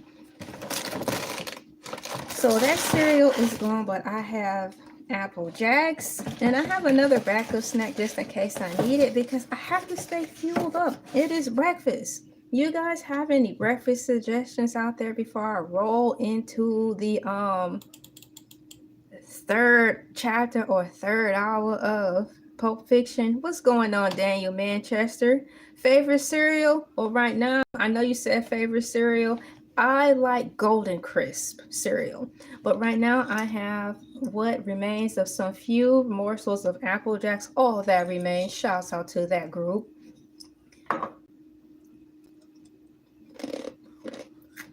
Let me see here. So yeah, I like eating that cereal with toast and jelly. And sometimes I like to have it with just toast and a lot of butter. I know we're not supposed to use a lot of butter, but there are times when I indulge in butter. You just have to. Just don't do it every day. So Golden Crisp cereal is one of my favorite cereals. Ladies and gentlemen, boys and girls, children, animal, pets, plants, and all living organisms who are now stuffed in this planet called Earth. It is time for cows in the chat. It is the time of hour, which is at the top of the hour, where we fill the chat box with cows. I will sing the song while I place cows in the chats. You are more than welcome to put cows in the chats, or you can put animals in the chats, or your favorite emoji in the chat. Cows in the chat, cows in the chat, moo. Cows in the chat, cows in the chat. Cows in the chat, cows in the chat. Cows in the chat, cows in the chat. Yeah! I'll have you know, our government here in the United States blamed global warming on these precious bovine. They said that they are the cause of global warming. So if that is the case, I advise you to please have your aerosol cans ready, because as the chat fills with cows, so will the smell and gases that the government allegedly says the cows are giving off, thusly giving us global warming. Moo, moo, moo, moo, moo, moo, moo, moo. Moo, moo, moo, moo, moo, moo, moo, moo. Moo, moo, moo, moo, moo, moo, moo, moo. Or should I say, moo, moo, moo, moo, moo. It's time to wake up. So thank you for coming in. We have the cows in the chats, the emojis in the chats. As I segue over back to where I left off, I am talking about the legendary Pulp Fiction. Have you seen Pulp Fiction? If you have, simply put yes, or wave your digital hands in the air, air, air, air. Pardon me as I monitor the monitors to make sure everything is monitoring. As I monitor the monitors to make sure everything is monitoring. So we can continue to have a successful grooving show. Like, share, comment, and subscribe. Thank you guys for doing as such. We are currently reading from Wikipedia. If you care to follow, I have the link provided in the description box, so you can go directly to where I'm reading at. And we are on the bottom part where it's at, we said cast. We finished talking about Uma Thurman already. Now we're going to roll into Harvey Keitel as Winston Wolfe. Winston Wolfe, a cleaner who aged Jules and Vincent Tarantino. Tarantino wrote the part of Wolfer Keitel, who had starred in Reservoir Dogs and was instrumental in its production. Pardon me as I adjust the camera. Excuse me. In Tarantino's words, Harvey has been my favorite actor since I was 16 years old. Keitel had played a similarly employed character in Point of No Return in 1993. Are you familiar with that actor? If not, Wikipedia gave us the sign notes or reference points so you can see. Once again, Harvey Keitel played in Point of No Return, and he also starred in Reservoir Dogs. He is also known to be one of Quentin Tarantino's favorite actors. So now he got a role in the movie, and he played Winston Wolfe in Pulp Fiction. Tim Roth as Ringo Pumpkin. I believe Pumpkin is the idiot from the diner opening scene. That is a great opening scene on there. A burglar and Yolanda's boyfriend. Roth and Roth had starred in Reservoir Dogs alongside Keitel.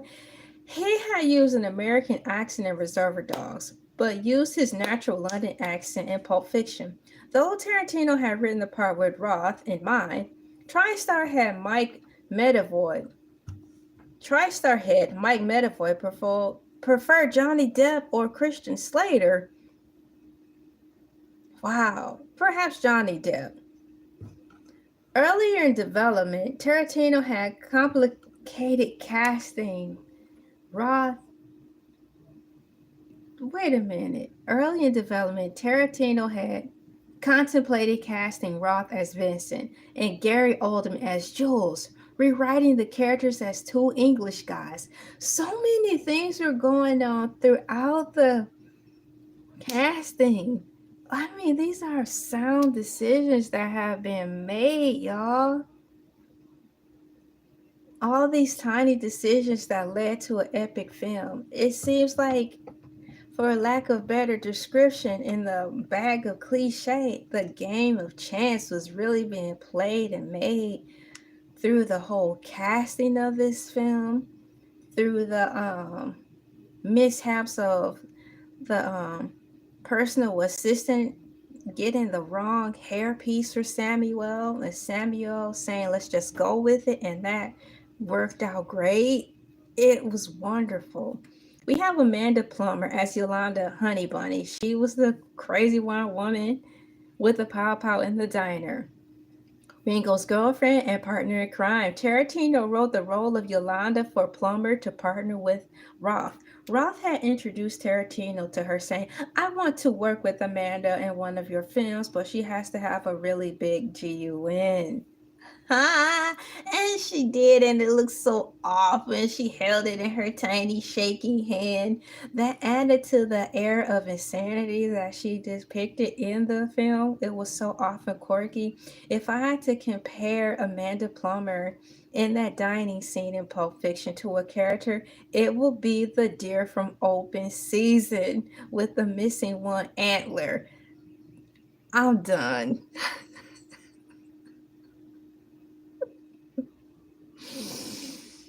Oh man, Open Season is a good movie. Shorts Lady.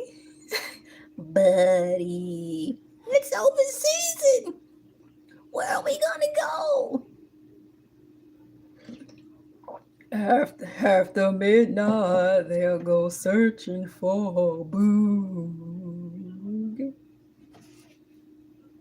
Wow. And then the guy was like, God bless the bald eagle. The hunter guy. He said something like that. That's a fun movie. Next in cast is Maria de Morados as Fabian. Butch's girlfriend. Tarantino met De Moraes, a Portuguese actress, while traveling with Reservoir Dogs around the European Film Festival. Fabian is the lady. Now that I know her race, she's Portuguese. She's the girlfriend of the boxer, which is let me get his Bruce Willis. So in Pulp Fiction, she's playing Bruce Willis's girlfriend. Her character was sweet. Let's see. Let me get back to the characters. I lost my place.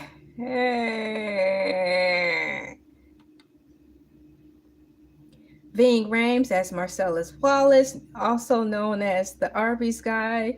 Arby's, we have the meats. Shameless plug. I talked about Arby's yesterday and their sad salads, and my failed attempts to find Arby's salad on the menu because AI overview said they sell salads, but what they forgot to put is that not all Arby's sell salads. Had they told me that, I would have been spending almost 2.5 hours looking for the dang salad. But that video was done and over with. When I talked about Arby's yesterday, shouts out to Ving Rhames. Arby's, we have the meats. So Ving Rhames played Marcellus Wallace in this movie, Pulp Fiction, a crime boss and employer of Jules and Vincent. Before Rhames was cast, the part of Wallace was initially offered to Max Julien and Sid Haig, but both turned down the role. Good. According to Bender, Rhames gave one of the best auditions I have ever seen. He acclaimed the performance led him to being casted in a big budget feature such as Mission Impossible 1996, Con Air, that was a good movie, and Out of Sight in 1998. I've heard of Out of Sight. It's not a slave movie, but I am familiar with Con Air because Con Air starred the guy who played the bad guy in Face Off with John Travolta. What is the name of that man? Nicolas Cage. You know, Eric Schultz as Lance, Vince's daughter. Street pharmaceutical dealer Gary Oldman was the preferred choice among TriStar's executives based on his portrayal of street pharmaceutical dealing pimp Drexler Spivey in True Romance in 1993. That was played by Eric Stoltz as Lance. We have Rosanna Arquette as Jody. Lance's wife Pam Grier ran for the role, but Tarantino did not believe the audience would find it plausible for Lance to yell at her. Yeah, that would have been odd. Tarantino later, that was a good move. Let me fix my camera for the sake of me. Tarantino later cast Greer as the lead role for Jackie Brown, which is true. Ellen DeGeneres also read for the part of Jody. Wow, Rosanna's sister Alex. And then known as, wow, Ellen wanted to be in a movie. Do you think she would have been more happier if she was in the movie? Do you think actress low-key wanted to be an actress and not a game show host? And I said game show host because the energy she gave was game showy, but she actually had a talk show.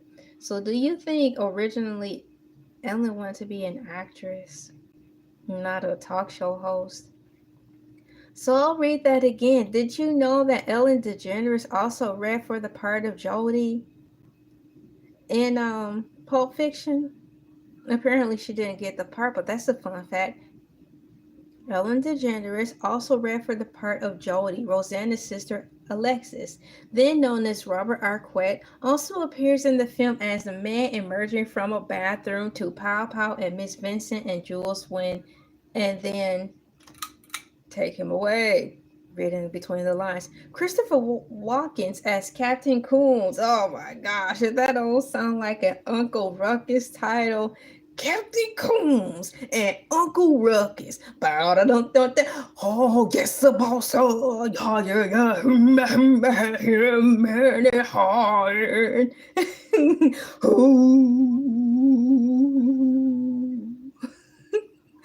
Christopher Walken as Captain Coons, a USAF veteran of the Vietnam War, who delivers a young Butch his father's coveted gold watch. During Coons' monologue, which is interspersed with colorful depictions of the Viet Cong, he mentions a soldier called Winoki. Joe Winoki, John Garfield, is a character in the 1943 film Air Force. Directed by Howard Hawks, one of Tarantino's favorite directors. Tarantino played a character named Desmond Warnick in a guest appearance on an episode of All American Girl titled Pulp Sitcom. On these fun facts, Bruce Willis, my dog, as Butch Coolidge, an aging boxer on the run from Marcellus actors having double-crossed him. The role was originally written for Matt Dillon, who turned it down. Glad he did. Willis was already a star, but most of his recent films have been critical and box office disappointments. Oh, I'm sorry to hear that. As related to Peter Bart, participating in the modesty budget film meant lowering his salary and risking his star status, but the strategy paid off royally. I do recall hearing that. It seems as though he was in the director's chair. You remember the classic white director's chairs that they will prop open and they will have these stages built where it will be look like the stage had some type of velour on the carpeting. Well, I think the background was like a blue with white lines behind it, and the floor was like this soft, pale, purplish pink color. And I do remember Bruce Willis talking about how his career, like little did I know, John Travolta's was kind of starting to sink downward. So I do recall a reference point in an interview about that. So I'll read this part again. Um, the role was originally written for Matt Dillon, who turned it down. Willis was already a star, but most of his recent films have been critical and box office disappointments.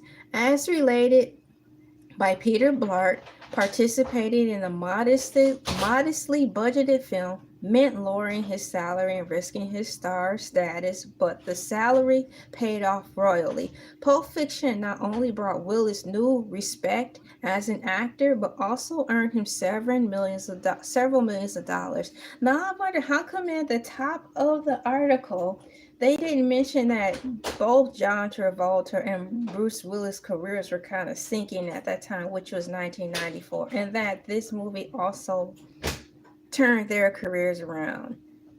Well, they're kind of saying it now, but nonetheless, I tell you, this movie just has so many facets about it where it got people from pretty much Skid Row, put them back on point, and their lives have never been the same. From just having the capability of being these select characters for Halloween if you're into it, or just simply dress up. It's really cool. From the evolution of, thankfully, him having the Jerry curl instead of the afro because it was a personal assistance mistake. That's great. So I'll continue with the Bruce Willis breakdown. In here it says Willis appearance and physical pre, pre, Willis' appearance and physical presence were crucial to Tarantino. Bruce has the looks of a 50s actor. I can't think of any other star that has that look. Butch's look was modeled on Aldo Ray in Nightfall, and his demeanor based on Ralph Meeker's portrayal of Mark Hammer in Robert Aldrich's Kiss Me Deadly. That's the name of a movie. It shows the cover art, guys. It's yellow. Oh, this lady's holding a pom-pom. Good mercy. And now parents talk about our movies promoting violence. Look at this cover art from 1955. If you just simply type in the movie called Kiss Me Deadly, 1995, the cover art will come up. It's primarily yellow. I don't want to hear it. They've been promoting this stuff through the ages. We have Brandon Gallagher. He plays Jodie's friend Trudy, who does a little, but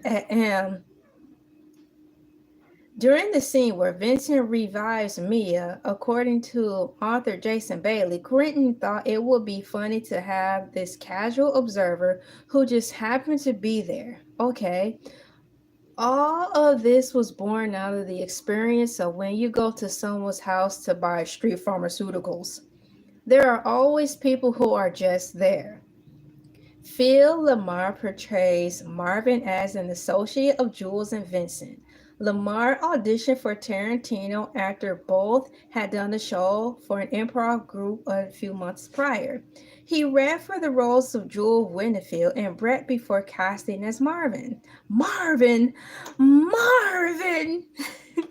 That was from Daddy Daycare. Tarantino appears as Jules' friend Jimmy, in whose house they clean up a 86ing. Tarantino was unsure whether to play Jimmy or Lance, choosing Jimmy as he wanted to be behind the camera during Mia's OD scene.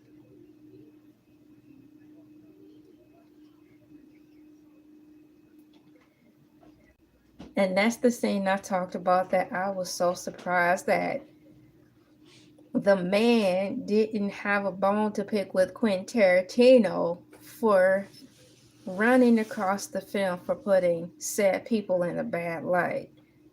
I was taken aback. Taken aback. Frank Wally portrays Brett, who has a briefcase requested by Marcellus. Wally met Tarantino while he was filming Reservoir Dogs. Once again, Reservoir Dogs at a lab in Sundance Institute. He recalls, we ended up meeting and spending time together, and I liked him. So I was really happy when he asked me to be in the movie. End quote. Burr Steers appears as Rajah, a friend of Brett's nickname, Flock of Seagulls. Oh my gosh. Okay, I'm thinking of The Birds. Remember that movie called The Birds? That was crazy. Our English teacher had us watch that. That movie was crazy. But Flock of Seagulls, they're an English wave band formed in Liverpool. So, by Jules. The scene of the confrontation between Brett and Jules went through several takes due to Shears making mistakes. Oh, time is money. Shears recalled in an interview that he had found acting difficult due to the loudness of the pow pow shots.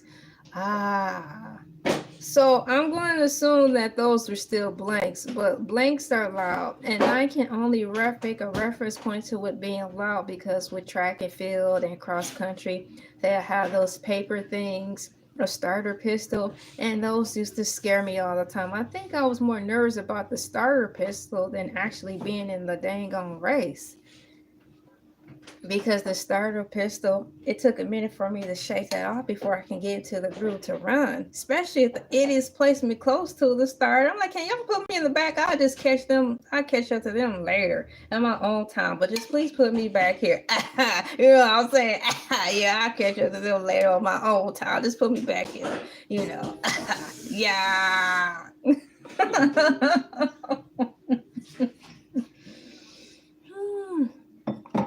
Can you believe we're working our way down to the last paragraph of the cast?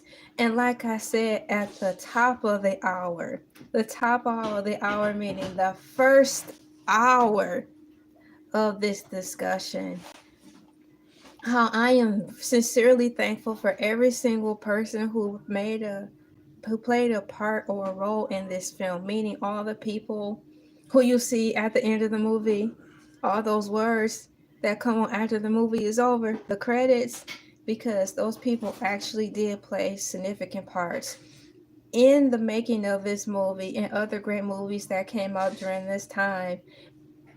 It was really true where they did value the little things and the small, what was considered the small jobs, the little jobs, even from the maintenance person or the trash person. Everybody played a major role in making this production.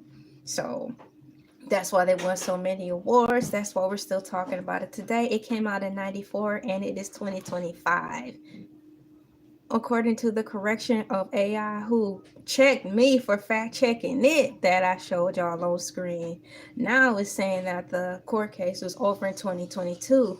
But for a movie to be out in 1994 and finally closed allegedly the court case in 2022, come on, man. What other movie is running strong just on court alone?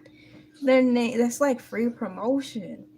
And by way of what I was saying is Uma Thurman was the key in all of this because they were arguing over her separately, and then they were arguing over the content surrounding her behind her, and then they were arguing over the effing cigarette packet that was by her. And then I think they was arguing over the font. They used a word called texturization, not to be mixed up with just for me.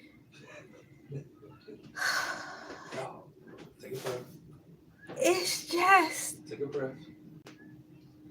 So much to talk about. Pulp Fiction should be a class on its own at college. I will go back to college today, right now, and sign up for that class. This, hold that thought. Because the way I'm saying it, when I think something like that did happen. Wasn't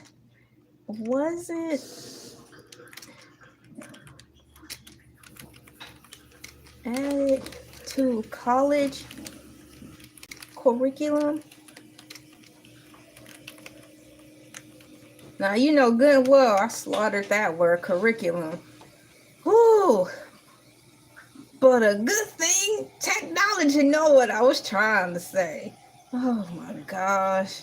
Let's see here.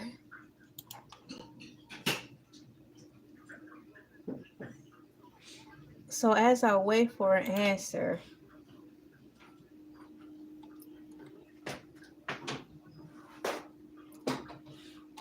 I had to rephrase it. I shouldn't have to rephrase it. You know what I mean.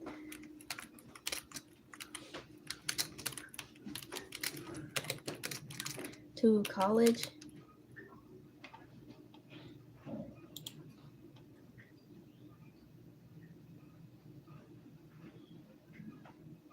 So I'll let that go because I believe it was. So what I want to do is add another question to my ballot or to my tally. I don't want to say ballot because ballot is usually used in the beef sector and mainly they'll say docket. They'll say docket.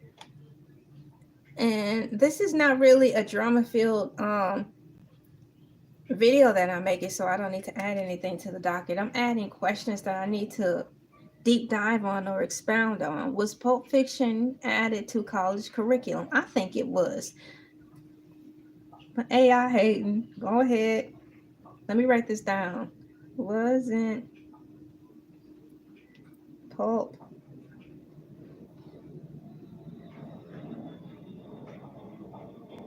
dang on airplanes? Get the. And as I try to spell curriculum in my most finest penmanship and ebonics, I will put this pen down momentarily.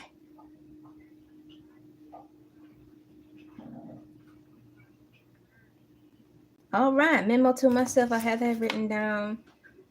AI overview gave me a flowered answer. I read it. I said it was Pulp Fiction added to college. It was like, while there's no specific record of Pulp Fiction being formally added to college curricula, excuse me, it gained significant cultural recognition and became a popular subject for film studies. That's what I said.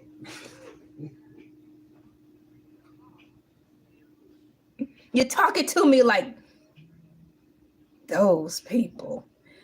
While there's no specific record of Pulp Fiction being formally added to college curricula, it gained significant cultural recognition and became a popular subject for film studies and cultural analysts, often appearing on college film courses listed, sparking discussion about its impact. Don't talk to me like I'm stupid. Ladies and gentlemen, boys and girls, if you want to build up an armor, I advise you to type in your questions to AI so you can arm yourself up mentally and emotionally to prepare to be talked to as if you're dumb, especially if you're Black. Great exercise. Yes, I said it. Moving on to the last paragraph where they clump all the rest of the actors and actresses in here for the legendary cult classic Pulp Fiction. We have, take a deep breath because it's a long paragraph and it looks like a run-on sentence. Ding, ding, ding, ding, ding, ding. Quiet, we need you ready. Angela Jones portrays Esmeralda Venables, a cab driver who aids Butch escape. It is a pause. Never mind. Exhale. As I read it correctly, Angela Jones portrays Esmeralda Villalobos, a cab driver who aids Butch's escape. Her casting and character were inspired by her performance in 1991 short film Curdled. later remade as a 1996 feature film with Fiance from Tarantino and again starring Jones. Okay. Dwayne Whitaker, Peter Jean, and Stephen Hibbert play Menard. Oh man, those bums in the pawn shop. Heaven help us. Oh, I don't know if those two guys are like that for real in real life, or if they acted the Burgundy out of it, because that scene really ticked me off. And so that means they did a good job. But it's scary because it's an exact reflection of where we are today as of March 29th, 2025. Dwayne Whitaker and Peter Jean and Stephen Hilbert played Marinard, Zed, and the GIMP. According to the Daily Beast, these three psycho hillbillies, that's their words, not mine. These three psycho hillbillies that do the unmentionable to Marcellus in Maynard's shop's basement allude to the film's Deliverance. Steve Bozeman makes a cameo appearance as a waiter at Jack's Rabbit Slim dressed as Buddy Holly. Buddy Holly! Remember that? Boozman, who had appeared in Reservoir Dogs, was originally considered for the role of Jimmy, but he wasn't able to commit. Fair commitment, perhaps. Kathy Griffin, wow, appears as herself. Michael Glidden, Joseph Pacio also appeared at Jack Rabbit Slim as waiter Philip Morris Page, and Dean, move out of the way citation, Dean Martin impersonator, respectfully. And Mosquito made a cameo via archival footage from the Three Stooges and Short Bridal's Groom. And 1947, Cara Marimoya appears as Gawker #1 after Butch car accident. And Julia Sweeney portrays Raquel, the daughter of the owner of the junkyard in which Marvin's body is disposed of. Hint, hint, hint. Producer Lawrence Bender makes a cameo as victim of the diner robbery, created as long-haired yuppie scum. Their words, not mine. Long-haired yuppie scum Jerome Patrick Hobbin appears in Jack Rabbit Slim segment as an Ed Sullivan impersonator. Yup. Susan Griffiths appears alongside Hobbin as Marilyn Monroe impersonator. Now I have to go back to a note because when I watch several movies, let's say for example, if we're going to the time,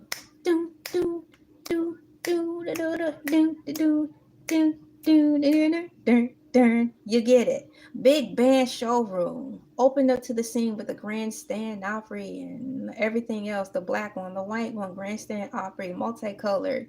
And let's say we are setting up that stage right now in present day 2025. The scene opens up and how they always show it from the back of the showroom to the front to get that wide shot. So on the screen of the stage with the blue curtains where they drop, there will be to the left, rest in peace, who is that man's name? I see him in my head. He sings a great song. Oh my gosh, not him.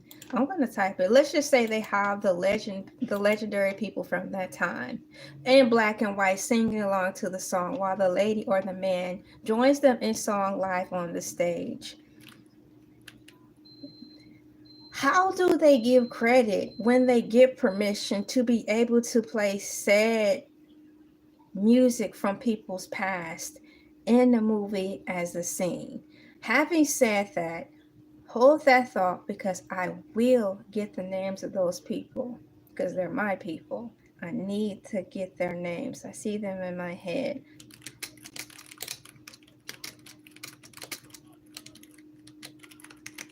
Who is the name of the lady who sings in? I see both of their faces and I hear their voices in my head. The Coles. Natalie Cole will be to the right. and then her father will be to the left. Those are the two people that came in my mind. Who is the name of?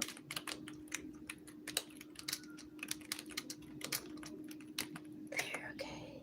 Nat King Cole. So Nat King Cole will be to the left of the opening scene in black and white. Natalie Cole will be at the right of the scene. In the center will be a live person from this time singing. Having said that, both of them will be singing on the screen, and the live person will be singing on the set. How do you give credit when you are allowed the permission to film both legendary people singing in the movie? Because they are no longer with us. I got my answer reading this bulk of description. Now I'm going to go back because I'm educating myself, and this is important to me. So it probably will be important to someone else. So as I eyeball through here, I'm going to find it. Okay. It says here, Emil Skeeter made a cameo via archivable footage from the Three Stooges. And I'm saying this to say because I believe this is from the scene when they were at the bar. It was like a bar like from the Happy Days time where they went. He took John Travolta took Marcellus's wife on a date, and they went to this really groovy bar, and like I was saying, they were paying homage and reacting as these cool people like the Natalie Coles and the Elvis, because I think Elvis was in there too. All these people dressing up as the people from the past. When I was watching how they filmed, I think even on the wall they had these wonderful actresses playing on the wall through like a projector to build the scene of the mood of the restaurant. I wondered how were they able to do that, and number two, how were they able to cite and give credit to these late greats? I know you need permission, but this is me when I was way younger. Okay, so probably the movie came out in '94. I honestly don't recall fully seeing the video through and through until after I moved out of my parents' house, so early 20s. So I was still wondering, how did they go about doing that, giving people their credit? So I believe this is the answer right here. Emily Skeeter made a cameo via archivable footage. Archivable footage is how they give credit once they get permission to play the late greats into an embodiment of motion work. That's dope. And once again, I ring the bell of truth for Pulp Fiction because where they do that at nowadays, to take the time to give credit where credit is due? Do you see that in any movies where they'll do a flashback scene or do anything to depict someone from the past, even if they're acting it? Do you see things like that? We're like, oh, they're acting like James Brown. But do they take the time to put in the credits, this is so and so acting as the late great legendary James Brown, rest in peace, and so on? No. So since I keep saying who this person is as an example and a reference point, I will tell you who Emil Skeeter is. It says Emil Satika was an American actor who appeared, thank you so much, in hundreds of movies, short films, and television shows, and who is best known for his numerous appearances on The Three Stooges. He was the unofficial last stooge. Since he was tapped to be the middle stooge, oh, that's all they say. There's more to expound on. Since he was tapped to be the new middle stooge when Larry Finn suffered. I have to finish this out. Since he was tapped to be the new middle stooge when Larry Finn suffered a stroke in 1970, he was one of the only two actors to have worked with all six stooges. Let's say the name: Shemp Howard, Mo Howard, Larry Fine, Cullery Howard, Joe Besser, and Jody Ritter on the film in the various incarnations of the group. Harold Brower, a recurring villain who appeared in the 1940 shorts, was the other. Shouts out to all of the Three Stooges, man. You guys are cool. So that wraps up the cast section who all play major parts, and we're still talking about to this day. And since they gave,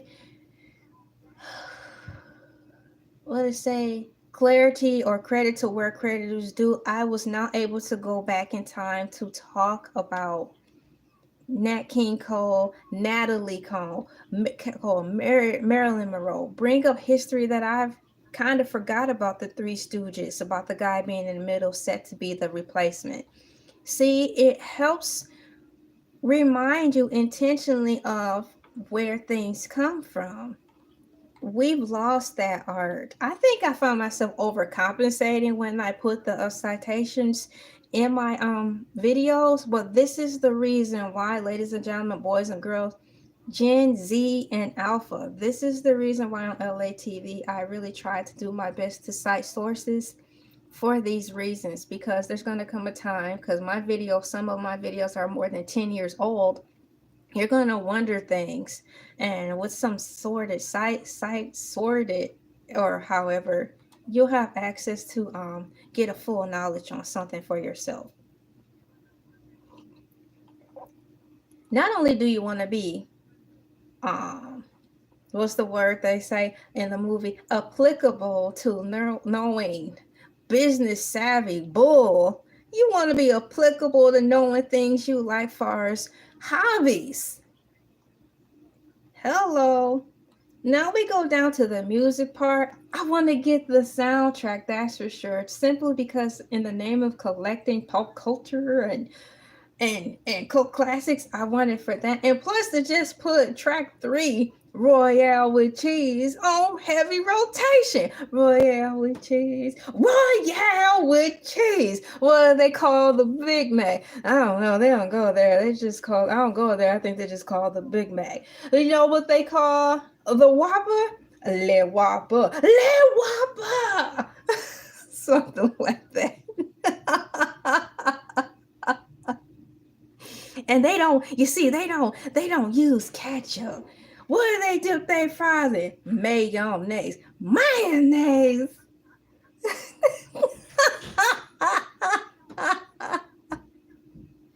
And as I loosely quote that famous scene, I remember my question. I'm going to write it down so I don't forget. What was, or should I say, is it was or is? It's was. What was what was the Bible scripture Samuel L. Jackson constantly belted out before he 86'd every person in that movie? I have to look it up because he said it all the time. It's like, uh-oh, he get ready to take somebody out. He said the Bible scripture again. It kind of reminds me of Dogma. So which movie came out first, Dogma or Pulp Fiction? Because it's got that same ring and sting to it, with the two characters seeking vengeance on behest of their Lord and personal savior, and things got out of hand and they were involuntarily slaughtering too many people in the name of their said Lord. Dogma is a good movie too. What was the Bible?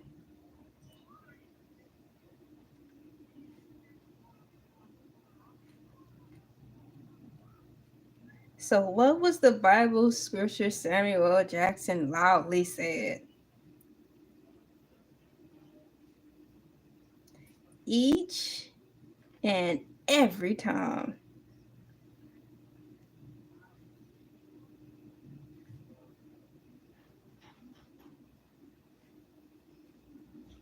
Thank you for waiting with me as I take these notes for personal use and future endeavors.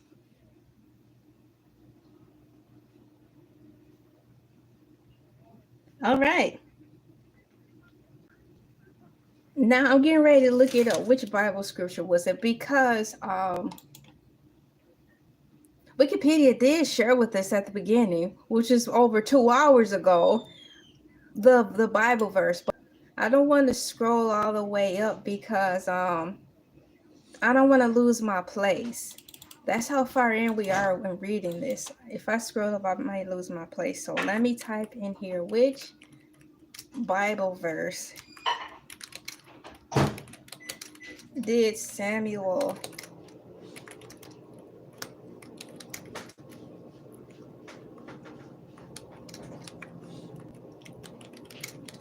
there it is. People are looking for what Bible verses Samuel Jackson say in Pulp Fiction. I don't want AI mode. Excuse me. I have a new option. I want to say shouts out to Google for giving me this new option that just popped up in my search. Thank you. Cool. So as I commence to retyping this question in here again, because for some reason it erased, was just bear with me. That question I typed erased as a new system uploaded into my computer. What was the name of what are you guys gonna eat for breakfast? You have any breakfast ideas? I would love for you to please put them in the comments. Definitely some scrambled eggs, but with what? Ham? What was the name of the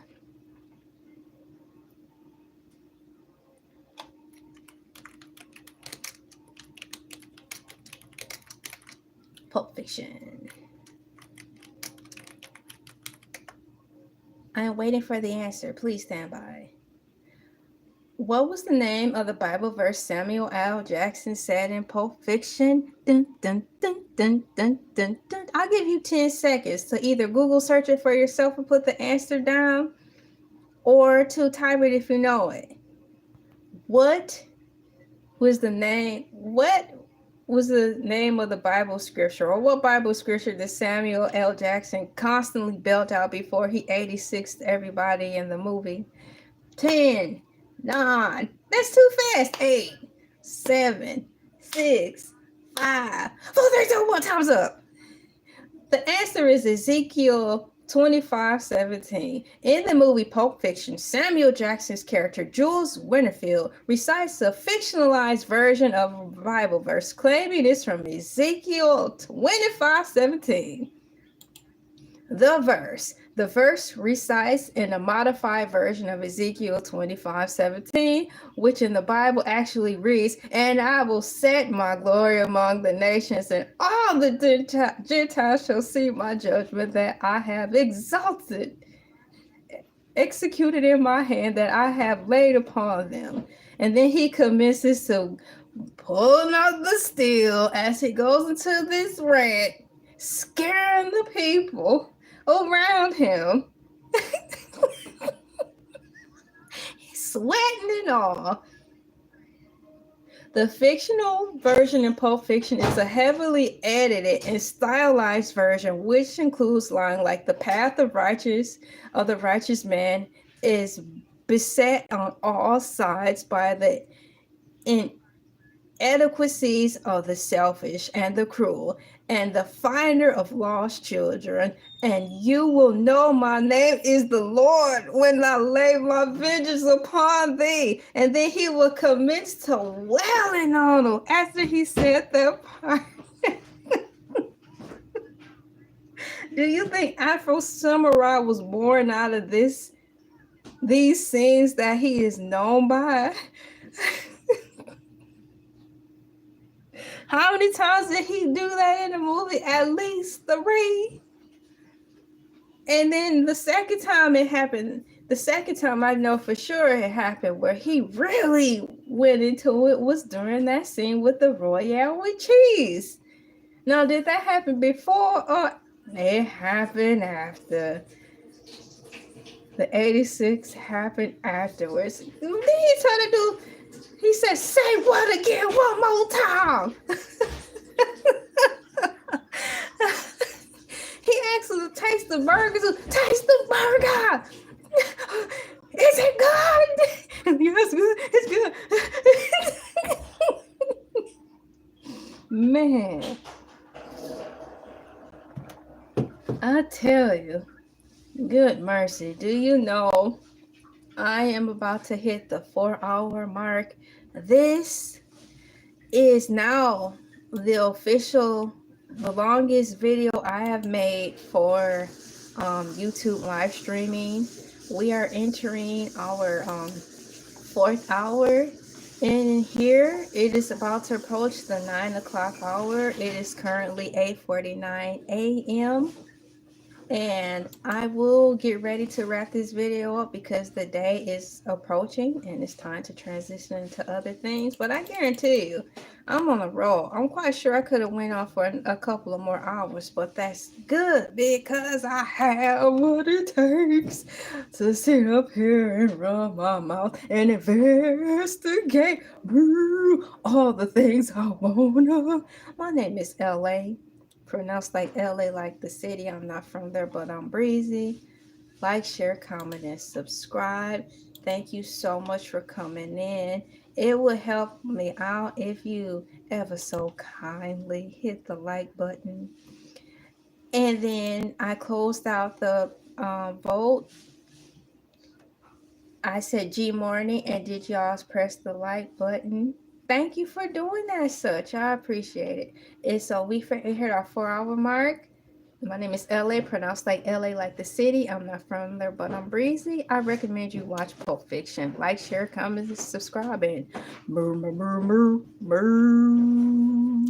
Moo, moo, moo, moo, moo.